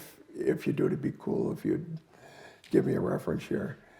So I don't know of a place where they say this, but it was actually a fairly common sort of statement made, and in fact, some of the statements I surveyed from Veblen and Huntington amount to this, generalized. So the generalization, I call it generalized because it's not just specific to foundational theories. That's what the Whitehead-Russell thesis is. It's a thesis about foundational theories and their adequacy. The generalized thesis is a thesis about all kinds of theories. All right. Axiomatic theories. Okay, now, why am I interested in this? Well, I'll try to tell you a little bit, very briefly, why I got interested, and was from reading this remark in Gödel and trying to make some real sense out of it. Okay. So Gödel said, Whitehead and Russell constructed logic and mathematics by initially taking certain evident propositions as axioms and deriving the theorems of logic and mathematics from these. When such a procedure is followed, the question at once arises whether the initially postulated system of axioms and principles is complete. That is, whether it actually suffices to deduce every logico-mathematical satz, okay, or whether perhaps it's conceivable that there are true propositions that cannot be derived in the system under consideration. There's so much to say about this passage that I can't begin to say it all today, or we would be here a very long time indeed. Okay, but I'll try it. The colored parts are the parts that I want to talk about today. Let's look at that first statement in the brighter shade of blue. Whitehead and Russell constructed logic and mathematics by initially taking certain evident propositions as axioms and deriving the theorems of logic and mathematics from those. Well, not according to Russell. That's not what Whitehead and Russell did. Not according to Whitehead either. Okay? They didn't initially take evident propositions that were going to be axioms for them. This overlooks the whole regressive or inductive structure, justificative structure in Principia. All right? Their axioms, they didn't find evident axioms to serve as the axioms of their system. Russell, in fact, went to considerable lengths to say that the very opposite was the case.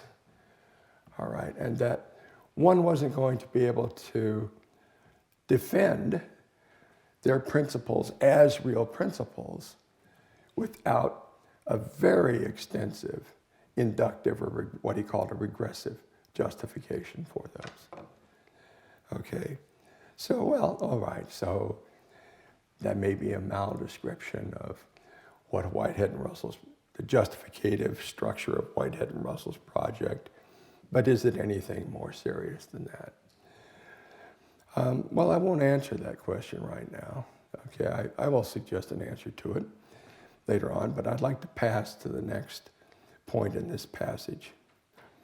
He says, when such a procedure is followed, the question at once arises whether the initially postulated system of axioms, there's that initially business again, postulated now? Oh, so they're not even evident? They were evident a moment ago, now they're postulated, all right? Anyway, the initially postulated system of axioms and principles of inference is complete. That question immediately arises. Well, what is that question? Well, take your pick. He gives you more than one choice. One way to look at this completeness question is whether the system in question suffices to deduce every logico-mathematical satz. And there's that terrible term satz, okay, which can mean just about anything you want it to mean, and probably several things you don't want it to. All right, it can mean truth, it can mean theorem, it can mean proposition. Those are three prime things. But of course, the claim is very different, depending upon which of those you take as your reading. If I say truth, then my system has to prove every truth formulable in a language, all right? If I say proposition, then I've got a lot of explaining to do, okay? I could do that, because the term proposition also has a fairly well-established mathematical meaning that isn't just a linguistic proposition. It's something else, not just something with content. And the third reading would be that it's a theorem. Okay, if you take the theorem reading, then this is just descriptive completeness again. All right? So now let's look at that transition from the red to the light blue. Okay, here we've got proves every Satz, or whether it's conceivable that there be a truth that's not provable. Okay? Well, if those are truly alternatives, then you've disambiguated the red part. Okay, because Satz there means truth. All right. Okay, if you really do take the or whether here seriously and strictly. So this then would be the first place that you find in Gödel's publications where something like Gödelian completeness is broached. And he describes that as a question that arises at once whenever you have a project like the Whitehead-Russell project. I found this striking because, you will have guessed, I would have thought the question that arises at once is a question of descriptive completeness, since that's the premier qualification regarding extent for a foundational theory. That's the question that you should be first concerned with, all right? But that's not what you get out of this passage, okay? This was a kind of important, I don't want to make a mountain out of a molehill. I may have already done that, all right? And I'm not just trying to find as many ways as I can of pointing some kind of finger of blame at a great logician and also philosopher, I think. But this is telling to me because it, in a sense, is a motivating idea for Gödel's taking completeness in the way he did. All right. It is a question that arises at once for real projects, like the one of Whitehead and Russell. Okay. So anyway, I'll finish this by just saying I think there are differences between Gödel's description of the Principia project and Whitehead and Russell's description of the Principia project, and I don't think they're superficial. They're pretty hard-hitting and pretty important. And I think there's a slide in the red from the red to the blue, and it's a slide that may have been easy enough. I can understand this slide better if it was made by someone other than Gödel, okay? Because it wouldn't have been too much to think that theories, at least some theories back there, big strong ones like the Principia system, could prove every truth. Okay? If you believe that, then that wouldn't be an objectionable slide. But Gödel didn't believe that, not even in 1930. Okay. So, that was Gödel on Principia. Now let's take a look again at Whitehead and Russell. This is just the passage from Gödel. Again, I'm going to talk about Whitehead and Russell's view, though. To summarize what I said, I think in contrast to the bright blue statement, the axioms of Principia Mathematica were not initially taken to be evident by Whitehead and Russell, nor were they, certainly, were they not postulated, nor given their express statement of the importance, the premier status of descriptive completeness as a constraint on PM. Is it right to suggest that their procedure gave rise at once to a question of Gödelian completeness of PM? Okay.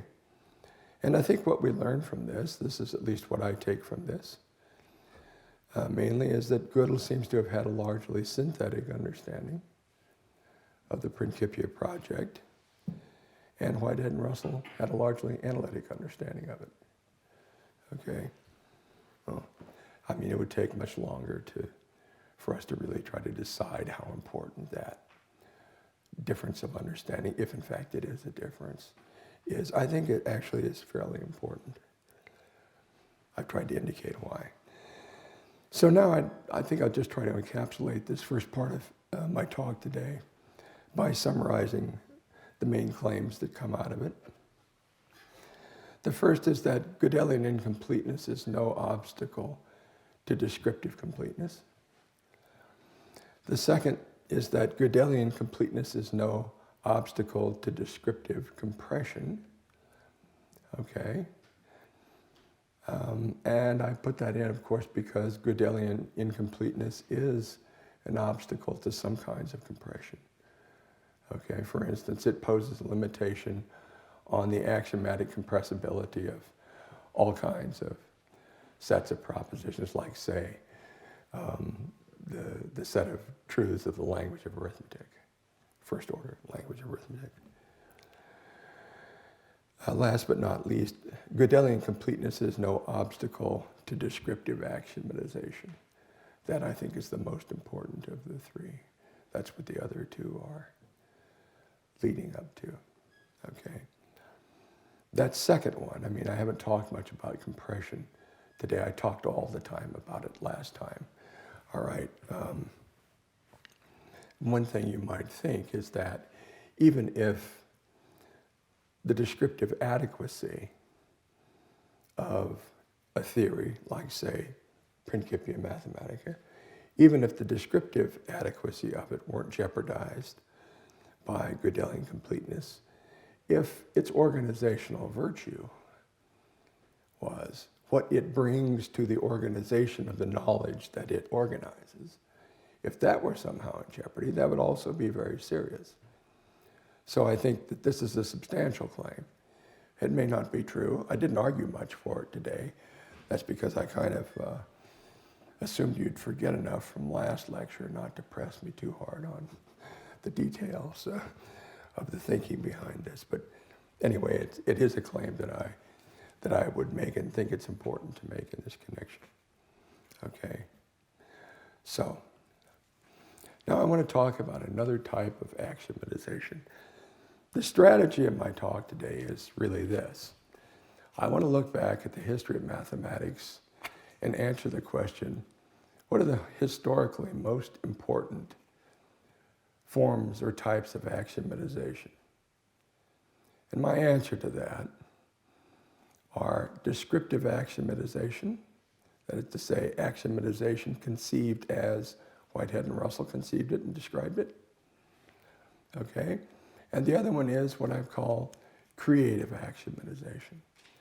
And that's what we're going to talk about now. And I'm going to say, I've already said, that Gödelian incompleteness does not pose an obstacle to the realization of the goals of descriptive axiomatization. And now I'm going to argue for the parallel claim in the case of creative axiomatization. And if I'm right about this, then the two most important axiomatizing strategies in the history of mathematics are neither one of them seriously affected by Gödelian incompleteness. Okay. But let me wait to make that point.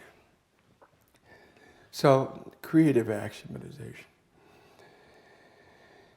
First thing is, it doesn't fit very well Heiting's general formulation of descriptive completeness, because it's really not aimed at capturing some pre-axiomatic body of reasoning. It's not aimed at doing that at all. Rather, it regards axiomatization as a method for introducing concepts or expressions by providing a complete set of conditions for their usage. I'll say more about what that completeness there means. It doesn't mean Gödelian complete. If it did, my overall claim for creative axiomatization would be very different from what it will be. So applying this conception of axiomatization to the theory of the real numbers, Hilbert said this: the totality of real numbers is not the totality of all possible series and decimal fractions, or of all possible laws according to which the elements of a fundamental sequence may proceed. It is rather a system of things whose mutual relations are regulated by the axioms set up, and for which all propositions, and only those, are true, which can be derived from the axioms by a finite number of logical processes. Okay. Kind of confusing, I think. So what's Hilbert trying to tell us? Well, one thing is that a theory of the continuum is not obliged to capture what are commonly taken to be familiar facts concerning the continuum. Is that one of the things he's trying to tell us? Sounded like it. Okay. Actually, he'll change that answer as he expands it, and he'll really change it explicitly in the Grundlagen der Mathematik, the first volume in 1934. We'll see a passage from that later. More specifically, I think, though, Hilbert's is saying that we're free to introduce and study concepts of our own making. All right? We don't have to take pre-axiomatic mathematics as it is and not do anything to it. We're free to change it in a variety of ways. Okay. So much so, in fact, that descriptive adequacy becomes, descriptive completeness becomes a much less compelling constraint on axiomatization than it did under descriptive axiomatization. Here's how Detlefsen described creative axiomatization. If in the consideration of a simply infinite system N, set in order by a transformation phi, we entirely neglect the special character of the elements, retaining only their distinguishability and taking into account only the relations to one another in which they're placed by the order-setting transformation phi, then are these elements called natural numbers or ordinal numbers or simply numbers. With reference to this freeing the elements from every other content, that's his term, abstraction, we are justified in calling the numbers a free creation of the human mind. Okay, well, there may be something that counts as data for the doing of arithmetic, but, says Dedekind, we're going to change that. We're not just going to take what's given to us and not do anything to it. We're free to do all kinds of things to it because we're actually tool makers. All right, and tool makers get to change the natural resources that they find in the world. All right. Well, there are a couple of things that I want to emphasize from this remark. And that is that abstraction, notice, is a choice. It's actually an act of will. Okay, so there's an agent involved here. There's a question of agency, potentially. I mean, perhaps it's not going to be of central importance. Maybe it will be.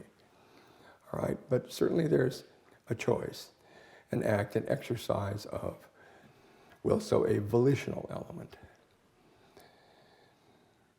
And then he points to something that's created by this exercise of will. All right, so we may have some received characterization of the numbers, but we're free to focus attention on certain parts of that and away from other parts. And in fact, that's one of our premier tasks as scientists, is to do that, or when it warrants being done. Okay, and so it's not necessarily what's given to us that's our creation, but once we make the choice of where to focus attention or concentration, the product of that is of our making in a very real sense, because we're the ones that chose the focus. Okay. Well, he, I think, expanded on this in many places, Detlefsen did, and had quite a few interesting things to say about it. One of the most interesting, I believe, is something he said to Heinrich Weber in their correspondence, where they were talking about what Weber and Dedekind too often referred to as genetic descriptions of the numbers. And by that they meant descriptions like Frege was attempting, descriptions like Dedekind attempted to some extent, all right? So the idea was that we find these numbers, to really know what they are, we have to find out where they come from. So we got to trace their bloodline back to the elements of thought, all right? And when we do that, then and only then can we really expect to have an understanding of the numbers. And so actually Weber was advocating the type of project that Frege was developing on exactly that kind of ground. He thought it was almost heroic in its goals. Dedekind disagreed, all right? And he said, consider the number 4. The number 4 in Frege's system has lots of properties. Wow, all kinds of properties. One of those properties is that it has infinitely many members. Okay, so now does that become a fact of arithmetic? When we study the number 4, are we going to highlight that? And he says, no, we certainly won't. It's a distraction. Okay, so we're going to turn our attention away from that property of the number 4, even if we decide to do things a set theoretic way.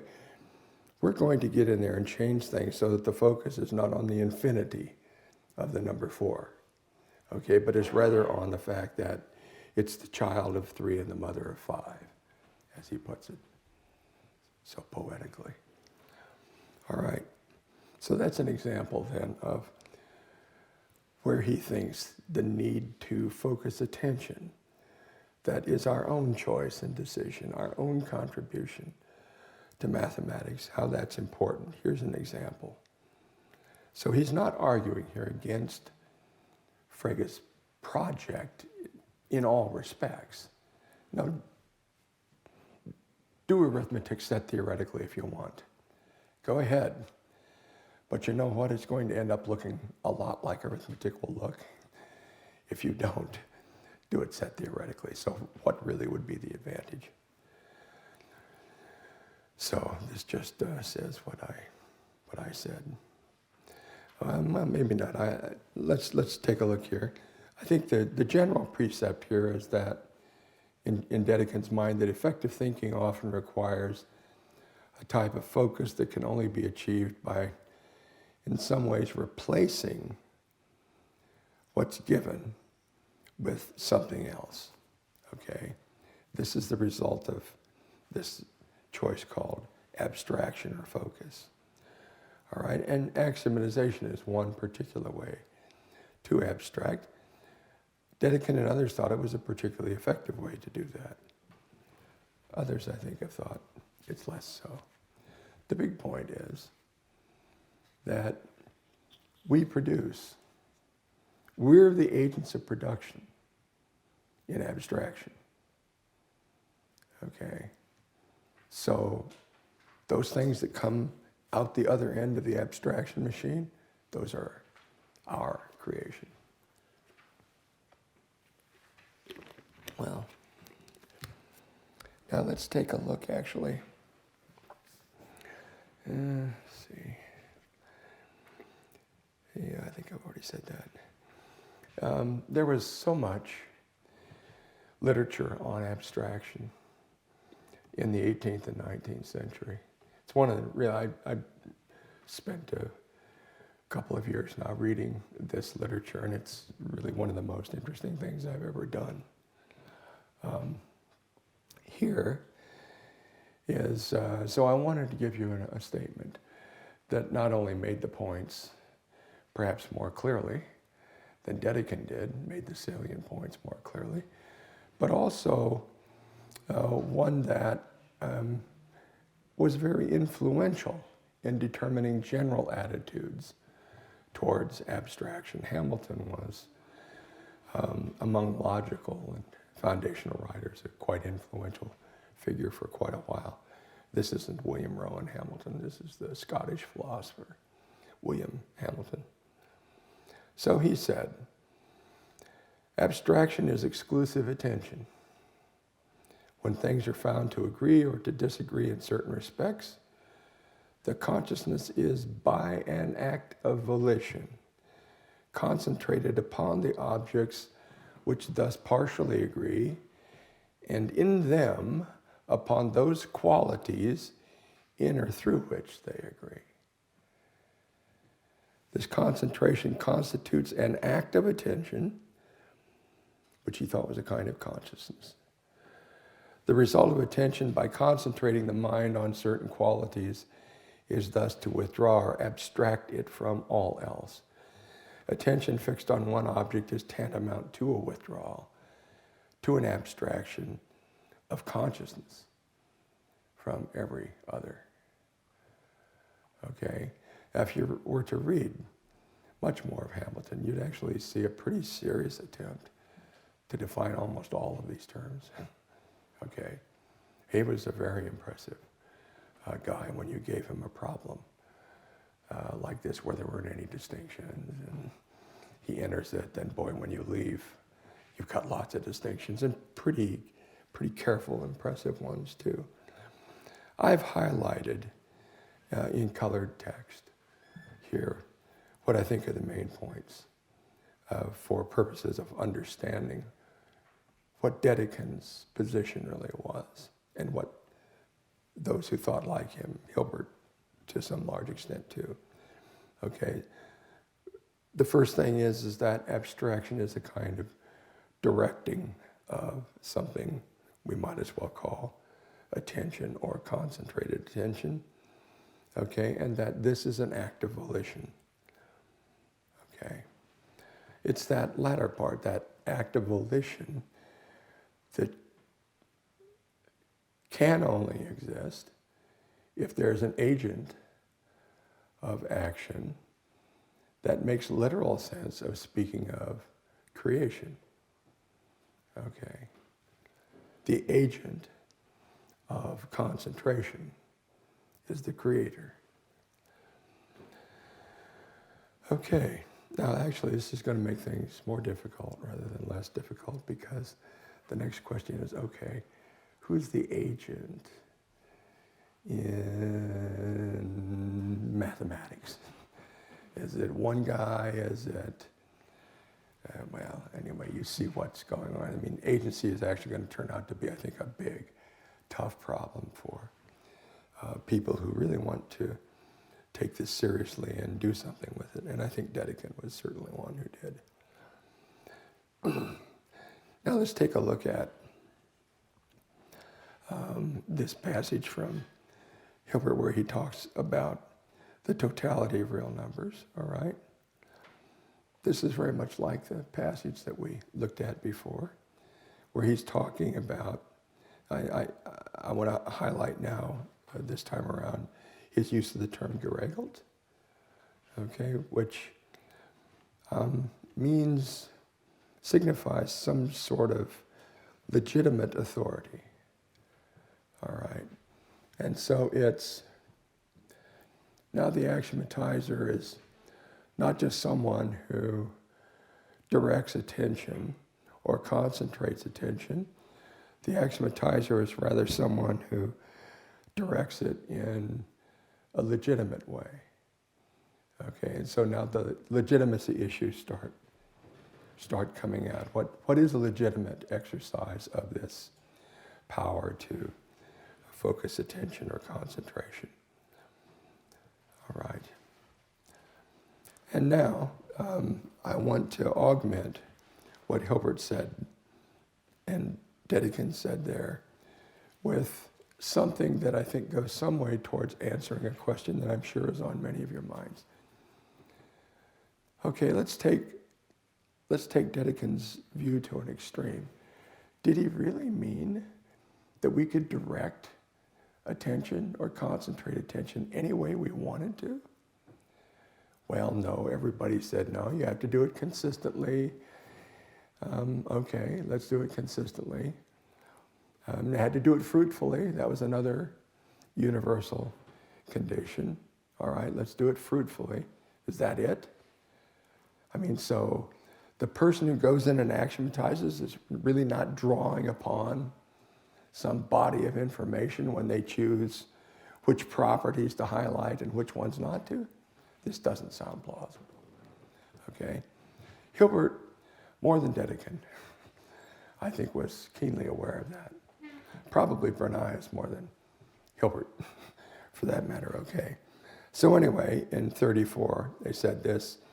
In formal axiomatization, they make this distinction between what's called Formalaxiomatik and inhaltliche Axiomatik, formal axiomatization versus contextual axiomatization. And they say this, in formal axiomatization, the basic relations are not taken as having already been determined contextually. Okay? Oh, so there's not much descriptive constraint. Rather, they're determined implicitly by the axioms from the very start, and in all thinking with an axiomatic theory, only those basic relations are used that are expressly formulated in the axioms. And now I'll really come out and say it. Here's why descriptive adequacy is not involved, because that makes the relations essentially variables. Okay? They're just role players in conditions. And anything that can play that role can count. Okay? But this became a more highly reticulated view. All right. So now you see a partnership between contextual considerations and creative axiomatization. Okay, and so he says formal axiomatics requires contextual axiomatics. As a necessary supplement, it's only contextual axiomatics that provides the guidance for choosing the axioms, as well as guidance on how to apply an axiomatic theory to reality. Okay. But he said we can't terminate axiomatization with contextual axiomatization. Okay, since in science we're predominantly, if not always, concerned with theories which do not completely represent reality, but whose significance consists in a simplifying idealization of reality. And I won't read the rest of it, but you might want to. Okay, so now we have this partnership. And you can see that because of the guiding function of contextual axiomatization, that there's going to be something that starts looking like a descriptive adequacy constraint. Right? It maybe won't be exactly like the one you find in Whitehead and Russell and these other writers, but there's something that you've got to accommodate, right? The form of accommodation, the extent of accommodation, I think, are open to question here. And unfortunately, There's nothing further, really, that was ever said by Hilbert or Bernays to develop this idea that I know of. Okay, so I'm now to the point where I want to say that there's no natural bridge between this creative conception of axiomatization, okay, and Gödelian completeness as a constraint. This creative axiomatization is not going to be properly constrainable by such a condition.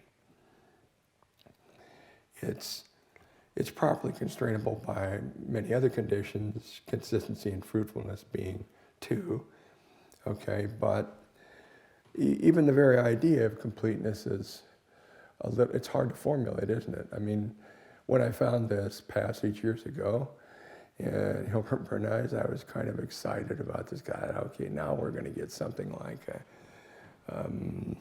something we can fit into Heiting's formulation, some kind of data or something here that you got to capture. But it doesn't really turn out to be that way, because the role that inhaltliche Axiomatik plays with respect to formale Axiomatik is as an heuristic guide. So it's not actually the content of the inhaltliche Axiomatik that constrains the content of the formale Axiomatik, even if you suppose it's given a semantics, which Hilbert certainly didn't, okay? No, it's not that. It's something that kind of looks more psychological. All right, I said heuristic. Okay, I've got to finish, and so I'll state my conclusions and final question. I have two conclusions. First, a general one, and that is this: how should we think about these claims of mine? You might be thinking about it this way: Gödelian incompleteness is something that applies to a very wide range of theories. Okay? And so you might think that just because of the scope of its applicability, that it was therefore a very momentous and weighty constraint on axiomatization, maybe inhibitor of axiomatization and its goals. But really what I want to say is that that's not the right way to think about it. Yes, Gödelian incompleteness does apply to a very wide range of theories.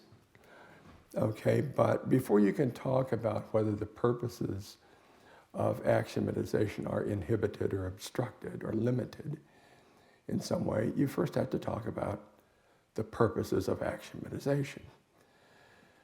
Okay? And so, in a sense, what I want to say is that you can't think of the range of implication of Gödel's theorems as being as great as the range of application. Okay, so the range of implication, I think, is a lot smaller than the range of application. That's what I say, essentially, here.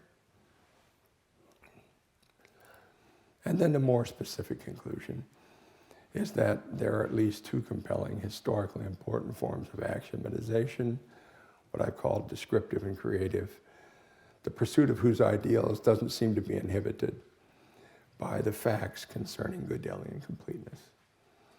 I don't know what to think about that. I mean, there are moments when I think that can't be right.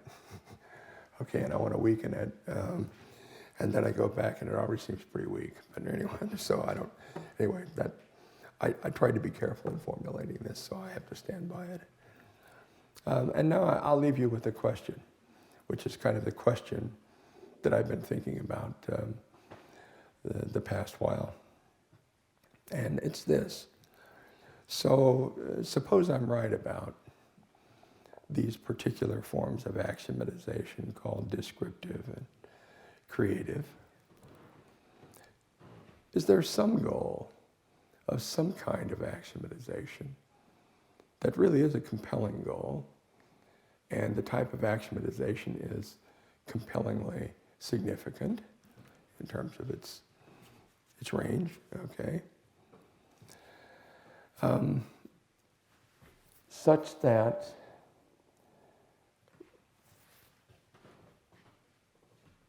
what's keeping us,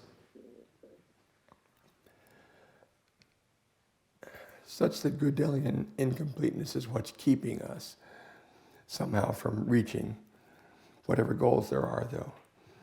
So what compelling goals of axiomatization, I say, are there that we would have the knowledge to pursue in satisfying and effective ways were it not for Gödelian incompleteness, okay?